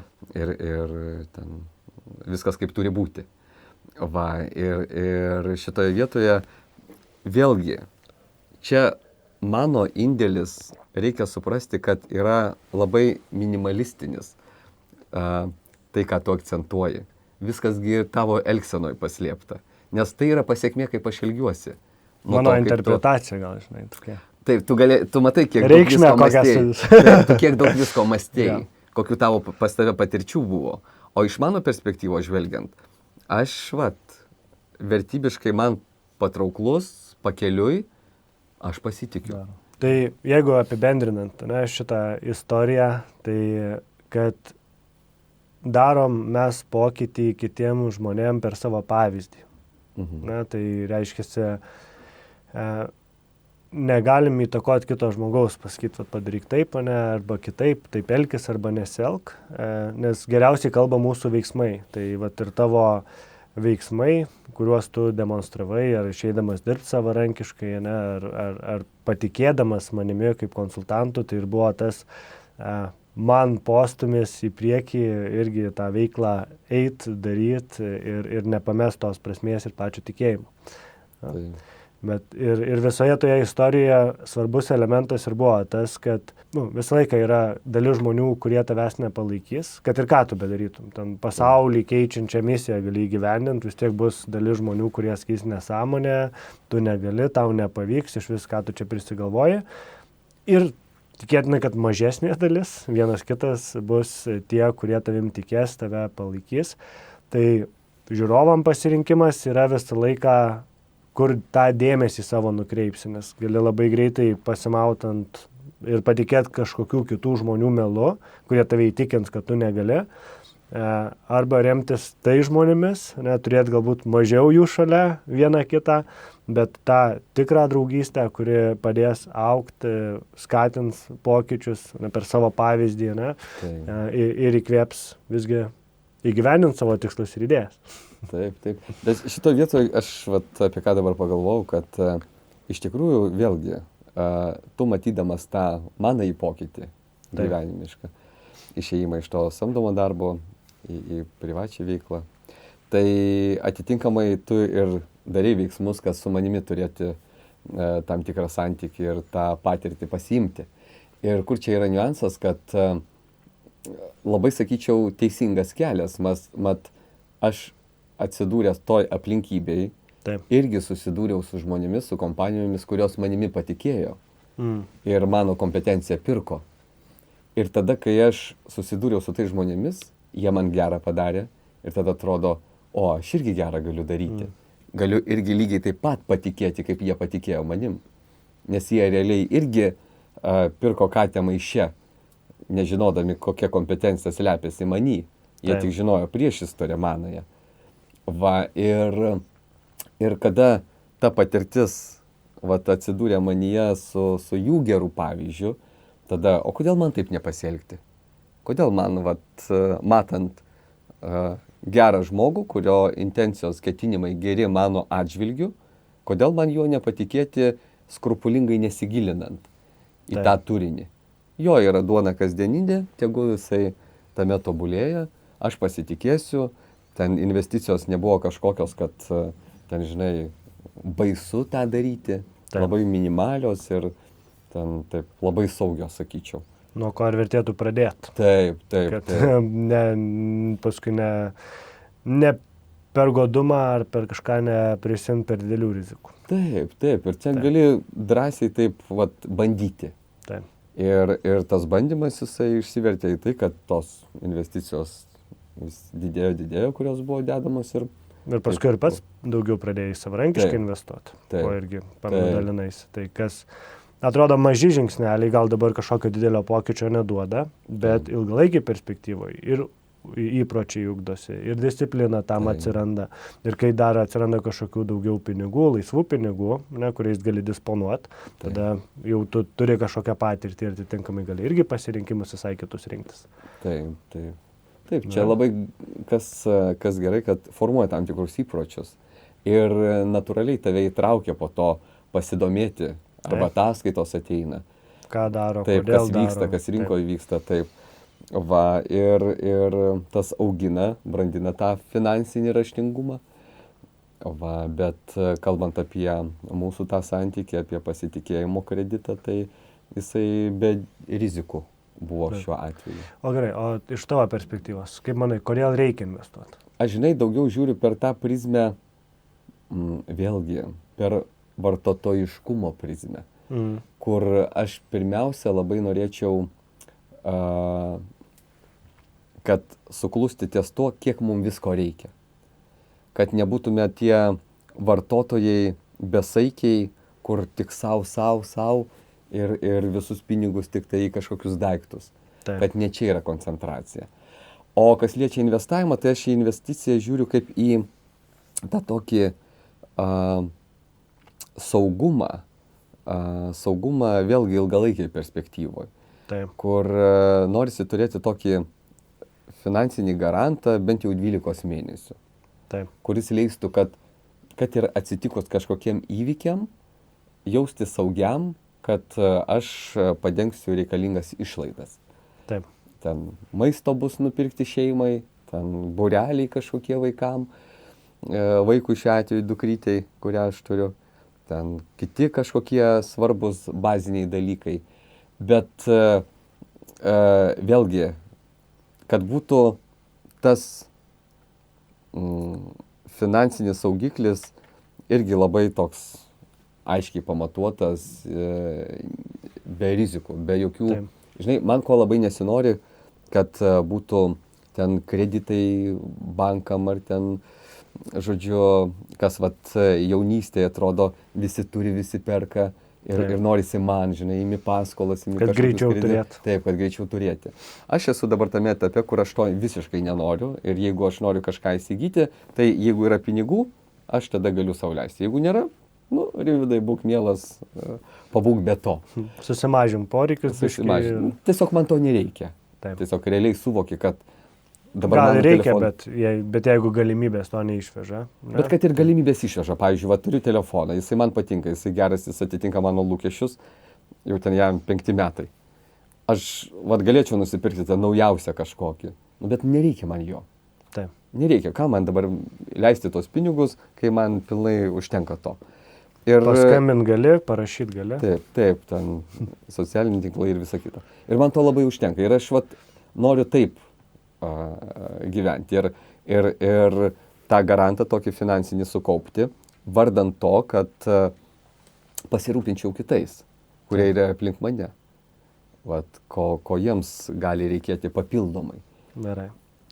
Malonu girdėti. Tai dėl to investuoti, bet saugiai ta investicija, aš kuriuom užsiimu, tai jos labai ilgalaikės, kur aš investuoju tam tikrą pinigų sumą ir negalvoju. Aš ir norėjau išgirsti tavo paties poreikį, nes kiekvieno žmogaus poreikis yra skirtingas. Ne? Vienam yra aktualus saugumas, tiesiog turėti kažkokį šalia kapitalą garantą, kad šeimos gerovę visą laiką galėsiu pasirūpinti, dukrytei mokslus išleisti, ar į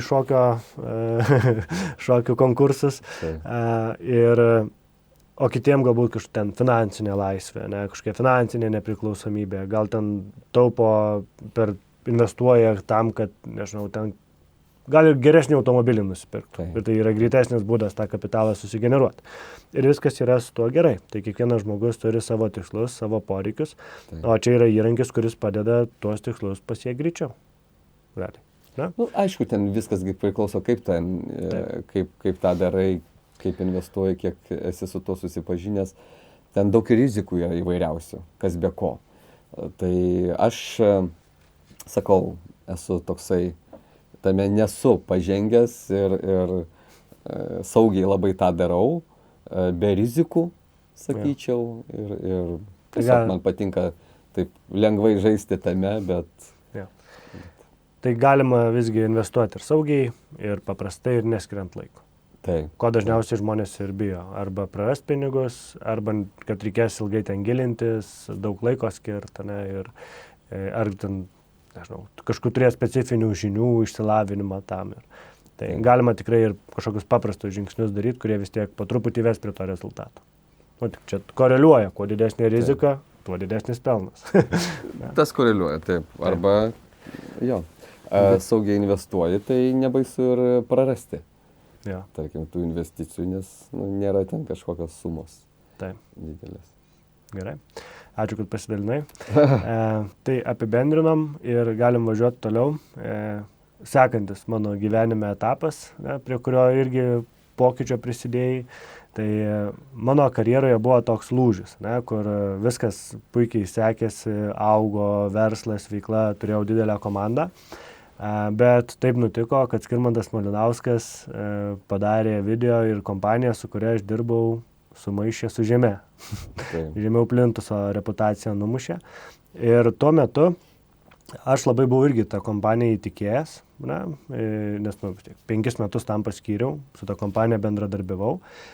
Ir ir aš siejau save su kompanija, aš nešiau tą vėliavą jos, kaip brendo. Ir galiausiai pamačiau, kad nėra taip, kaip yra deklaruojama, ir ta kompanija galbūt ir nėra tai, su kuo aš ir noriu toliau ten tęsti savo karjeros tą kelią. Bet esmė buvo ta, kad nepaisant to lietė mane, ne apie mane tiesiogiai kalbėjo, nes aš turiu vis tiek savo klientus, su kuriais dirbau ir be abejo tie klientai ir pasiliko, nes jie su manim bendravo, ne su kompanija, bet man bendrai numušė, kaip sakyt, žiūrint ten ilgus tuos video, tu nori, nenori, prisiimi tą informaciją ir keiti savo įsitikinimus. Ir aš vis tiek, kadangi buvau tame, man buvo įdomu, ką ten pasakoja, apie ką pasakoja. Ir nors manęs tai iš esmės nelietė asmeniškai, nes tai buvo apie kompaniją kalba, bet tai irgi pamušė mano tikėjimą pardavimais, kad čia pardavimai yra kažkoks blogas dalykas, būdas įbrukti ir ko čia nereikia ir tik tai siekiant savo naudos. Tai aš irgi kažkokią kaltę pradėjau jausti, kad čia kažką gal visgi blogai dariau, žinai, nes, pripažinkim, Skirmantas turi didelę įtaką. Ir kai tu tą informaciją vis tiek leidi per save, nors žiūrėdamas video, nenori kažkiek tuo patiki. Tai man buvo toks momentas karjeros, kur jau atrodė, žinai, viskas, čia su pardavimais aš nieko bendro neturėsiu, nes atrodo 5 metus dirbau ir dėjau pastangas, ir laikiausi tos etikos ir stengiausi ir visą kitą. Ir dabar vis tiek galiausiai pateikiama mano veikla kaip kažkokia blogybė, žinai, kad čia tik tais prakišinėjo, ko reikia, ko nereikia. Ir atrodo, taip 5 metus, žinai, dėjau pastangas, dirbau, mokiausi, tobulėjau, kūriau vertę klientam, nuoširdžiai, žinai. Ir dabar atrodo, vėjais visą tai neteko, atrodo, prasmės. Ir man tą tikėjimą pamušė ir aš jau kažkaip galvojau, kad jau viskas čia su pardavimais nebeturėsiu jokių reikalų. Ėjau į coachingą, pradėjau mokytis coachingo, į psichologiją gilintis, kas dabar irgi prisidėjo prie visko bendrai, nes niekas nevyksta veltui, tai matyt buvo toks gyvenime nenuokrypis, bet lygiai grečiai dar pasisemti reikėjo žinių. Ir vėlgi, taip sutapo, kad tuo metu, kai man trūko to tikėjimo pardavimais, Rimvydas išleido knygą, kuri vadinasi Pirks. Sąmoninga ir sąžininga pardavimo seka. Tai kaip taip, nežinau, sutapo, bet perskaičius tą knygą, sugrįžo mano tikėjimas pardavimais ir aš vėl įsikvėpiau, suvokiau, kokią didelę prasmę pardavimai neša, kad tai nėra tiesiog įbrukti, parduoti, o tai yra būdas padėti klientam priimti tvarų sprendimą. Ir kaip tik čia apie tai galvojau ir šį savaitgalį buvau pas močiutę, jinai paprašė nuvežti ją gėlių nupirkti, kad ten ant kapų pasodint. Aš nuvežiau ją, į šiltnamį jinai nuėjo 1, 2, 3 ir vaikšto ir nervuojasi ir neįsirenka. Negaliu, sako, kiek daug čia tų gėlių, aš negaliu apsispręsti. Vakar buvo 25,5 karščio, užvakar, jo šeštadienis buvo. Karšta, dar po šiltnamį vaikšto sena moteris ir neapsisprendžia, kokias gėlės nupirkti. Ir va čia trūksta to pardavėjo, kur prieitų, gal to norit, o kur dėsit, kokiam laikui. Ir tu pamatai, kad tokiuose, net atrodo, paprastuose dalykuose gali net ir senam žmogui sveikatą sutaupyti, kad ten kažkur nenualptų po karštį vaikštį, nes negali apsispręsti gėlių nupirkti. Tai toks iliustruojantis pavyzdys, bet būna ir daug reikšmingesnių gyvenime sprendimų, kaip ir ta prasme, tų pačių finansinių sprendimų, kuriuos atidėlioja arba net ir neturi supratimo, neturi žinių, kad gali būti kažkaip kitaip, kad yra kažkoks kitas pasirinkimas, kitos galimybės. Ir čia pardavėjas ir neša tą didelę prasmę, suteikdamas žinių ir padėdamas priimti tvarų ir informuotą sprendimą, kuris ilgalaikį perspektyvą ir duos rezultatus. Tai gal netgi galim padaryti tokį konkursą, ne? Man šita knyga labai surezonavo, ne, tiek davė, tai galbūt mes galim padovanoti vieną knygą mūsų žiūrovam. Tai ne? Galim. Tai, ja. Tai ką galim padaryti, kad žiūrovai gautų knygą? Aš ją paimsiu arčiau. Šitą. Aš ne vieną turiu, tai čia iš karto susivartoja pas mane, žinai, kai iš vien skaitau, rašau, ten braukau. Tai šiaip aš galvoju, jeigu jau žiūrovas iki šio momento peržiūrėjo, išklausė, čia jau daug labai, jeigu žiūrovas jau iki šio momento išlaukė, išklausė, žiūrėjo, tai jau čia daug apie jį pasako, čia galim tik tai pasidžiaugti, pasveikinti. Tai aš labai norėčiau paskatinti, paraginti, pasidalinti žinute, komentare, kas iš mūsų pokalbio labiausiai surezonavo, kas labiausiai patiko. Taip. Kokia mintis galbūt, o galbūt tiesiog užkabina kažkokiom kitom istorija mintim, galbūt istorija, galbūt sužadino kažką. Tiesiog laisva valia pasidalinti iš mūsų pokalbio, kas žmogui krito į galvą ir kokiomis mintimis norisi pasidalinti su visais. Tai tas komentaras tegul atsigula į komentarų dalį ir kas pakomentuos. Išrinksim taip, burtų keliu. Arba geriausio komentaro savininko. Tai labai subjektyvu, žinai, geriausias. Taip, tegul būna burtų keliu, vien pakomentavimas iš tos temos, ką mes kalbėjom. Taip, tai bus savotiška refleksija. Taip, bus tokia refleksija, mums irgi bus gerai gauti tą žinią, informaciją, kas jūs užkabino. Grįžtamą į ryšį. Įdomu, taip. Ir gal aš dar iš savo pusės galiu paprašyti, kad uždėtų laiką, jeigu patiko turinys, ir pasubscribint YouTube kanalą, kad nepraleistumėt kitų video. Ne? Taip, čia jau taip. Like and subscribe. Taip, čia jau influencerio tokie prašymai, taip. O man būtų įdomu taip, apie turinį išgirsti. Ir tada pažadu išrinkų žmogų, taip, dedikaciją asmeninę parašyti. Man bus didelė garbė tą padaryti. O galbūt gali pasidalinti, kaip gimė šita knyga, ne? Ką reiškia išleisti knygą. Nes man tai atrodo čia kaip vaikas gimęs, žinai. Taip. Šiaip iš vis mintis gimė parašyti 2015 metais. Aš svajoti pradėjau 2015 metais. Ir tą svajonę kažkaip pasidalinau. Mokymuose irgi pasidalyvavau, vadovų mokymuose.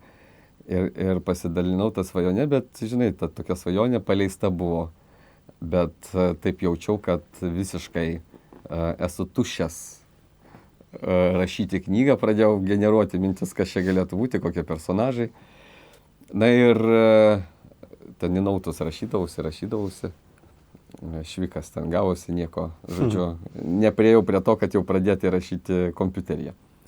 2019 metais spalio 13 dieną, sekmadienis buvo, taip. Sakau, pripažinau, kad esu tuščias ir mažai knygų skaitau.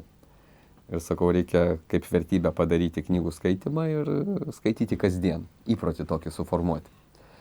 Ir nuo kitos dienos, 14 dienos, pradėjau tą daryti. Ir 2021 metais, aš jau buvau ten perskaitęs gal kažkur 70 knygų. Oho.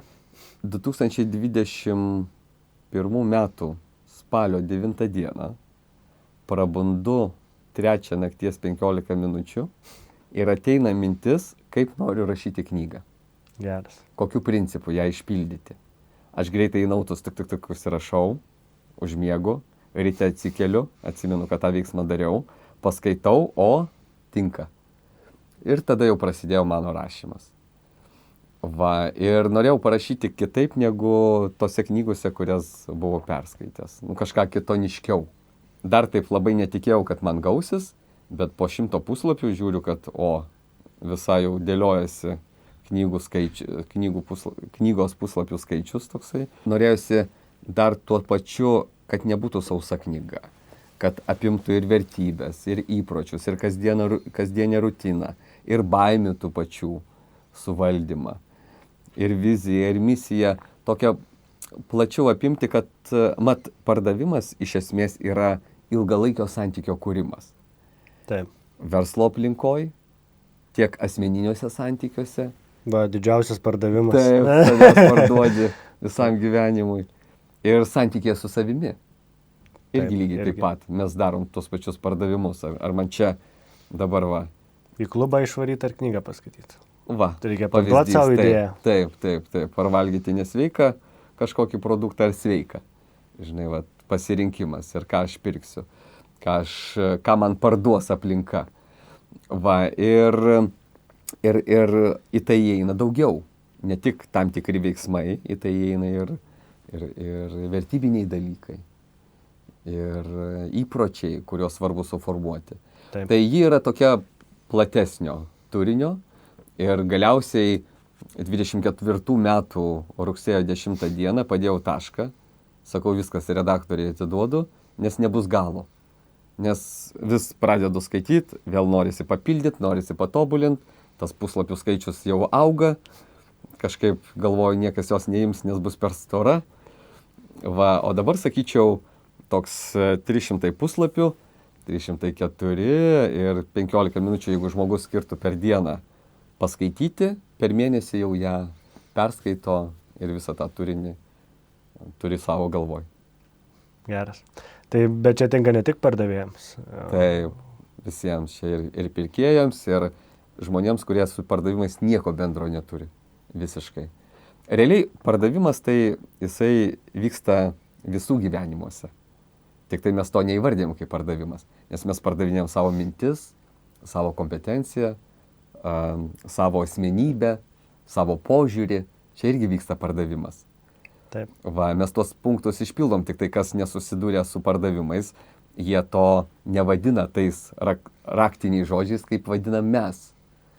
Tai tinka visiškai visiems ir mano mama skaičiusi, perskaitė šią knygą, kuriai virš 70 metų ir studentai perskaitė, gauna atsiliepimus, labai kviečiu dalintis atsiliepimais. Labai norisi tą grįžtamąjį ryšį gauti tiek blogais atsiliepimais, tiek gerais, nesvarbu. Svarbiausia, kad ateitų tas grįžtamas ryšys. Man kaip autoriui tai labai vertinga. Taip, faina. Tarp kitko, aš, kaip ir sakiau, buvo mano momentai gyvenimas, kada pamečiau prasme pardavimų. Taip. Su blogo santykis su pardavimais. Taip. Nes tai irgi yra santykis. Ir aš kaip pradėjau, bet aš visą laiką norėjau daryti kažkokius mokymus, dalinti savo žiniomis. Ir irgi aš turiu mentorių, kuris man padeda tą veiklą statyti ir su kažkokiais savo niuansais sudirbti. Su irgi kažkada padarysim video, laukit tęsinio, neoros. Tai aš kaip pradėjau daryti mokymus, jisai visą laiką klausdavo manęs, o kodėl tu nedarai apie pardavimus? Taigi tu čia turi jau 10 metų patirtį, tiek žinių, tiek kompetencijų. Tai čia yra tavo arčiausias vaisius ant šakos, kurį lengviausia tau bus pasiekti ir kur daugiausiai tu vertės sukursi. Ne? Ir aš pats savo tada pradėjau klausti, tai palauk, kur aš pamečiau tos pardavimus. Ir ta knyga padėjo man susigrąžinti tikėjimą, vėlgi tą prasme. Ir aš sakau, darysiu pardavimų mokymus. Maždaug turėjau kažkokią vizualizaciją, kokias temas palies, tas pačias vertybės, ne? Bet norėjau irgi plačiau, kaip ir tu sakai knygoje, kad būtų ir įsitikinimai, įpročiai, nes tai ir yra didžioji dalis, kas lemia mūsų rezultatus. Tai kaip pavyzdys, ateina ten pas mane, sakykime, į finansų konsultaciją žmogus ir sako, aš noriu ten pasiekti finansinę laisvę. Ir mes žiūrim, kad jo įsitikinimais turtingi žmonės yra blogi, apgavikai, sukčiai, kad pinigai yra blogis, kad ten turi baimių prarasti pinigus. įpročiai, net ir netaupo žmogus, neturi net įpročio atsidėti, ne? Vertybėse irgi niekur neatsispindi ten kapitalo auginimo vertybė, investavimo vertybė. Ir tada tu matai, kad visi jo tikslai prasilenkia su jo įsitikinimais, įpročiais, jo vertybėm, tai tu supranti, kad jisai to tikslo ar nepasieks. Nes jisai pats prieštaraus savo ir virs tokia vidinė kova. Ir šitoje knygoje irgi tas yra pabrėžta, ne veltui tikriausiai kalbė apie vertybės, apie įpročius, nes tai ir lemia didžiausius esminius rezultatus. Ne? Ir jeigu mūsų tikslai dera su mūsų vertybėm, su mūsų įpročiais, su mūsų tikslais, tai mes einam į taktą, ne? Kaip žingsnis po žingsnelio. Tai man irgi gal trūko tokio, aš maždaug turėjau viziją, kaip turėtų būti, bet šita knyga irgi davė man pagrindą mokymams, tokią struktūrą. Aš galvau, kad reikėtų įtraukti vertybės, ten įsitikinimus, bet galvoju, kaip čia, pardavimai ir vertybės. Atrodo, du skirtingi dalykai. Bet čia pamačiau, kaip, iš tikrųjų visas tai siejasi ir jungiasi tarpusavy.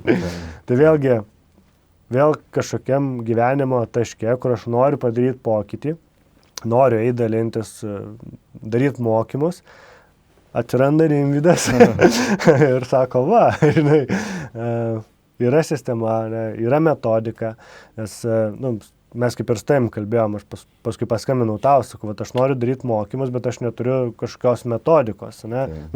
Turiu metodiką, bet tai yra tavo metodika, kurią jau nuo pardavimų vadovo laikų aš taikau, nes mes jau tada tą išsidirbom, pamačiau, kad tai duoda rezultatus ir aš toliau pagal tą struktūrą dirbu, nes tai ir yra orientuota į poreikių aiškinimąsi, atliepimą to poreikio klientui, kas ir yra visa esmė, kuriant ryšį ir einant tą sąmoningą, etišką pardavimo seka.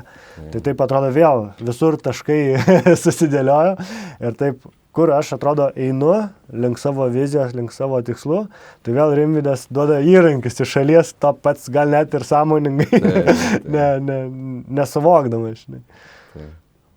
Man tai tas iš tikrųjų, tiek tu daliniesi, tiek kiti būna dalinasi, kur pats net nepagalvojau, kad taip palies tokią įtaką gali padaryti. Tokią įtaką padaryti gali. Ir kai tą išgirstu, tai atrodo, kaip gera, žinai, kaip taip netikėta ir taip smagu, kad žmogus kažką atranda ir visai kitaip pradeda mąstyti arba pradeda elgtis arba sugrįžti, kur supranti, kad ir tas veiksmas jisai gali būti nuoširdus, sąžiningas ir tie manipuliatyvūs dalykai gali būti eliminuoti ir be jų galima daryti pardavimą. Ir šiai dienai netinka visiškai manipulacijos. Dabar žmonės labai daug ir seminarų lankė, ir knygas skaito, ir patys daug supranta apie visą emocinį lankstumą ir manipuliatyvės priemonės, ko rezultate identifikuoja ir tada atitinkamai labai greita atmetimo reakcija. Ir čia nevažiuosi su tuo ilgai. Gali apgauti. Čia ir dabar. Čia ir dabar, taip. Gali tam tikrą laiką apgaudinėti, bet galiausiai vis tiek parklupsi. Vis tiek įla išlys iš maišo. Taip. Ir gali, žinai, klientui vieną kartą parduot ir paskui jis pas tave nebegrįš, arba gali jam parduot kelis arba 14 kartų, nes jisai, jeigu pargrįš, jis pas tave sugrįš, nes pasitikės tavimi kaip specialistu, tada rekomenduos ir savo draugams, šeimos nariams. Ir tas pardavimas, kur čia ir dabar pasipelnyt, nusimetus tos išsijungus dolerius akyse ir orientuojantis į ryšio kūrimą ir vertės kūrimą, galiausiai atsiperka 14 kartų daugiau negu tas čia ir dabar. Vėl prie ko grįžtam, kad čia ir dabar. Taip. Tas tiesa, bet žinai, vėlgi čia mes prie pamatų sugrįžtam, kur dažnu atveju, kur paslystam, kad tas godumas ir puikybė užvaldo mus. Taip. Kur taip atrodo, dažnai pamanipuliuoja žmonės, žinodami, kad jais pasitikė. Ir kam tada eiti tuos etapus supratimo? Pasitikė, tai aš pasinaudosiu galimybę, matau, pinigų turi, žinai, iš tavęs paimsiu. Bet taip, anksčiau ar vėliau vis tiek prabunda tas žmogus, su kuriuo turi reikalų, ir tie dalykai išlenda, kaip sakai, iš maišo. Ir šitoje vietoje labai svarbu tas balansas, kad ir finansinė laisvė, pavyzdžiui, vardan ko jinai, pasigilinti, kas tau yra finansinė laisvė, kodėl tu jos tokios nori, ką tau tai duos. Gal kaip žinai, kaip tu sakai, gal pamatysi, kad ne tokia vertybė, ne ten koncentracija, kad ta finansinė laisvė galbūt jinai veda tik tai į mano godumą, į mano išpuikimą, bet neveda prie to, ką žmogus transliuoja. Noriu šeimą sukurti, pavyzdžiui, noriu ir sveikas būti, bet tada kažkoks disonansas gaunasi. Jeigu žmogus akcentuoja kitus dalykus prioritetu, o į ten neinvestuoja, tai tada palauk. Tada vertybės persidėliojam. Taip. Ir gal reikėtų išsivardinti tada, kokia viso to kaina, nes tap turtingu, finansiškai laisvu, tikėtina, kad tai atsilieps ir šeimai kažkuria prasme. Tai laiko bus mažiau šeimai. Gal reikės kažkiek ir sveikatos paaukoti, jeigu ten jau varysi kaip tankas naktim, kas irgi dažnu atveju ir būna, kurių žmonės krenta į kažkokį kraštutinumą, kaip ir sakai, kad svarbu balansas, bet jeigu krenta į kraštutinumą, tai gali ir sveikatą susivaryti ir tą pačią šeimą netgi prarasti. Taip.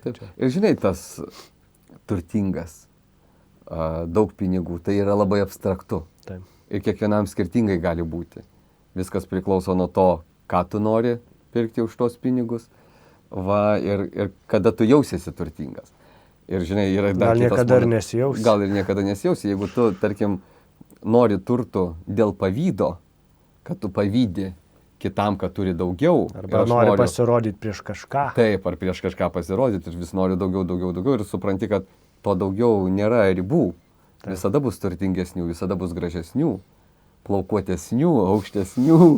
Įsitreniravusi labiau. Kas daugiau atsispaudimų padaro. Taip, kas daugiau padaro. Bet gali, žinai, pamatyti savį, kad, ir toks visai dar tu, žinai, ten ir ten gali būti naudingas, ir ten ir tam gali patikti. Ir nereikia visiems patikti. Taip. Ir, žinai, bet jeigu tik koncentruosiesi, ko aš neturiu ir verksiu į pagalvę, vietoj to, kad pasidžiaugti, o ką turiu. Ir kiek daug visko aplink mane jau yra. Pagrindinis turtas, jeigu man prioritetas ir vertybė yra šeima, aš ją turiu ir apie kokius turtus galima kalbėti, neprilyksta jokie turtai. Taip, kas yra neįkainojama. Neįkainojama, taip, čia aukso luitai, kurių vertė ten trilijonai. Ir tik auga. Ir augantis, taip. Ir supranti, ir va čia yra didžiausias turtas. Bet vėlgi... Pagal kiekvieno žmogaus vertybės, taip. Taip. Kas jam ir bus. Tai dėl to labai svarbu tą dalyką kelti, aiškintis ir tikrai suprasti, kad man šita vertybė yra aukštesnio prioriteto negu ta. Taip. Bet jeigu aš ant lėkštutės dedu, noriu šeimos, noriu finansinio nepriklausomumo, noriu ten sėkmės darbe, tai aš šitoje vietoje turiu labai aiškiai pasverti, kas kuriam prioriteto langelyje atsiduria. Taip. Ir paskirstyti atitinkamai. Ir paskirstyti. Laiką savo, energiją, dėmesį. Taip. Jeigu visi jie rūpi, visi reikalingi. Taip. Bet jeigu kažkuris vienas, tai visur bus perteklius. Taip. Good.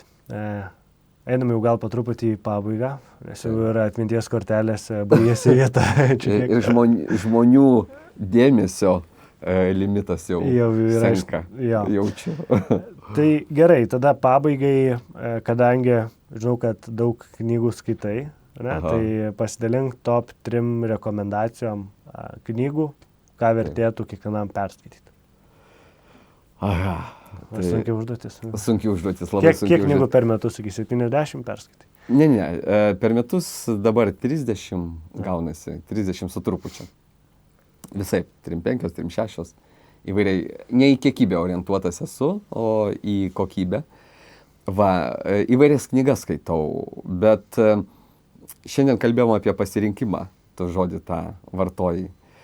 Pasirinkimas tai yra tokia vengrų žydė, Edith Eger, taip ir vadinasi knyga Pasirinkimas, aš šito knygoje beje taip pat ją rekomenduoju.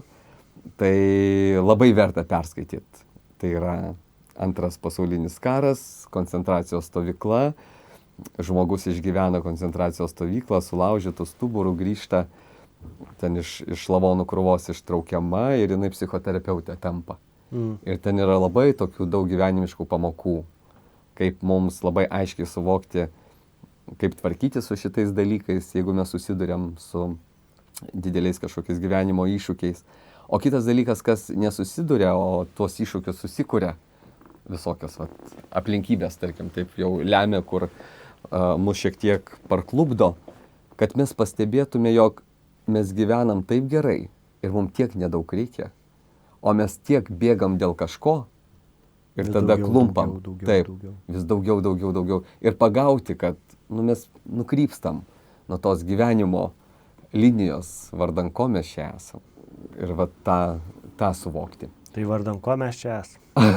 Tai čia jau vėl prasmės savo atradimas irgi toks platus klausimas. Taip greitai neatsakysi. Bet jeigu aš gal tokį trumpą, mano suvokime, kad iš esmės žmogaus prasmė tai yra tarnystė. Tai reiškia tarnystė, kažkokia pagalba kitiem žmonėm. Jeigu netgi imant ląstelės lygmenyje, tai kokia yra ląstelės esmė? Perduoti informaciją kitai ląsteliai. Tada mes evoliucionuojam ir augam ir tobulėjam. Tai čia iš mano pusės. Antra knyga. Dabar autorių neprisiminsiu, bet vienas Bilas vardu. Geitsas. Ne Geitsas. Kūnas yra knyga, Kūnas. Tai verta paskaityti. Arba Kodėl mes miegame. Tokios storos knygos, bet labai aiškiai suvokti, kokią tai duoda labai įtaką mūsų sveikatai, kokią daro įtaką mūsų sveikatai, į ką suklusti, į ką koncentruotis, žodžiu, tai tokios iš sveikatos pusės. Tai emocinio intelekto tema labai aktuali, mat kalbama apie mūsų emocijas ir su jomis susijusias elgsenas. Ir tą suvokus, įsivardinus, labai irgi padeda gyventi. Kai aš suvokiu, ką aš jaučiu ir ką aš instinktyviai norėčiau daryti ir kaip aš emociškai galiu būti lankstus, racionaliai priimti sprendimą, o kaip elgtis. Taip. Ir būna tų aplinkybių, kur agresyviai eina, tarkim, žmogus mūsų atžvilgiu ir taip atrodo fiziškai galėčiau į atlapus kibti. Bet taip galvoju racionaliai, kad palauk. Ką tu nori tuo atveju sukurti, kokį rezultatą nori gauti. Ir supranti, kad konfliktinė situacija laimėtojo nebus.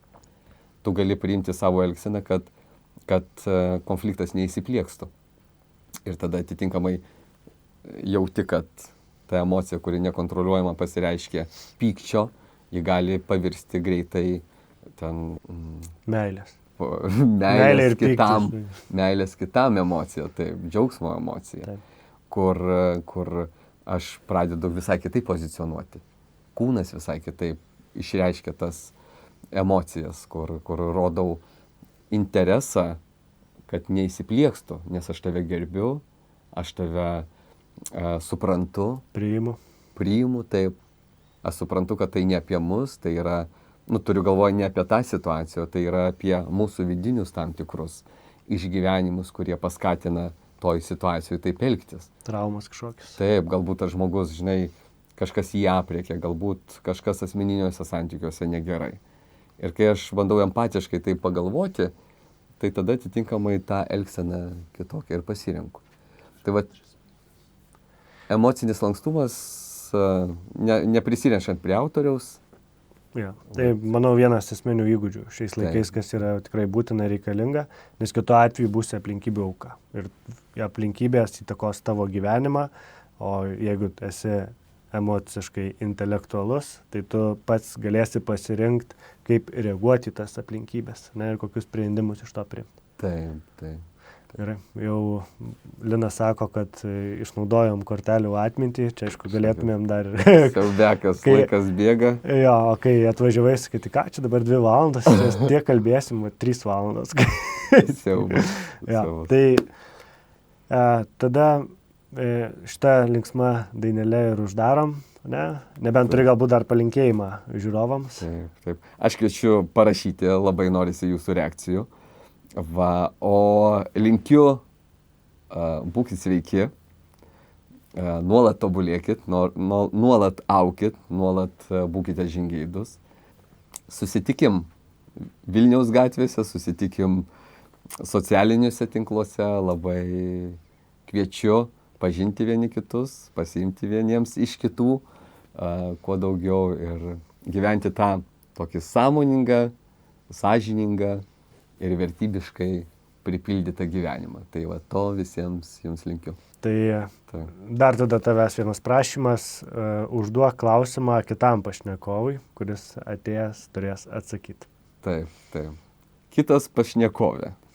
Kadangi mūsų tema šiandien buvo apie vertybės, labai daug tą lietėm, tai prašau pasidalink, kokios tavosios vertybės, kokiomis vadovaujasi savo kasdienybei ir kaip jos keitėsi per vertybių gyvavimo laikotarpį. Tai reiškia, kada jas apsibrėžiai ir kada esi šiandienoj, koks esi, tai kaip per tą laikotarpį jos kito, o gal ir Liko tos nebuvo, pačios. gal ir liko tos pačios. Ačiū tiem, kas buvot ir viso gero. Nepamirškit uždėti laiko ir pasubscribint mūsų kanalą. Gerai? Gerai. Nepliaukštelėjau. Dar, pliaukšt. O. Ačiū. Ačiū tau labai. I'll be back.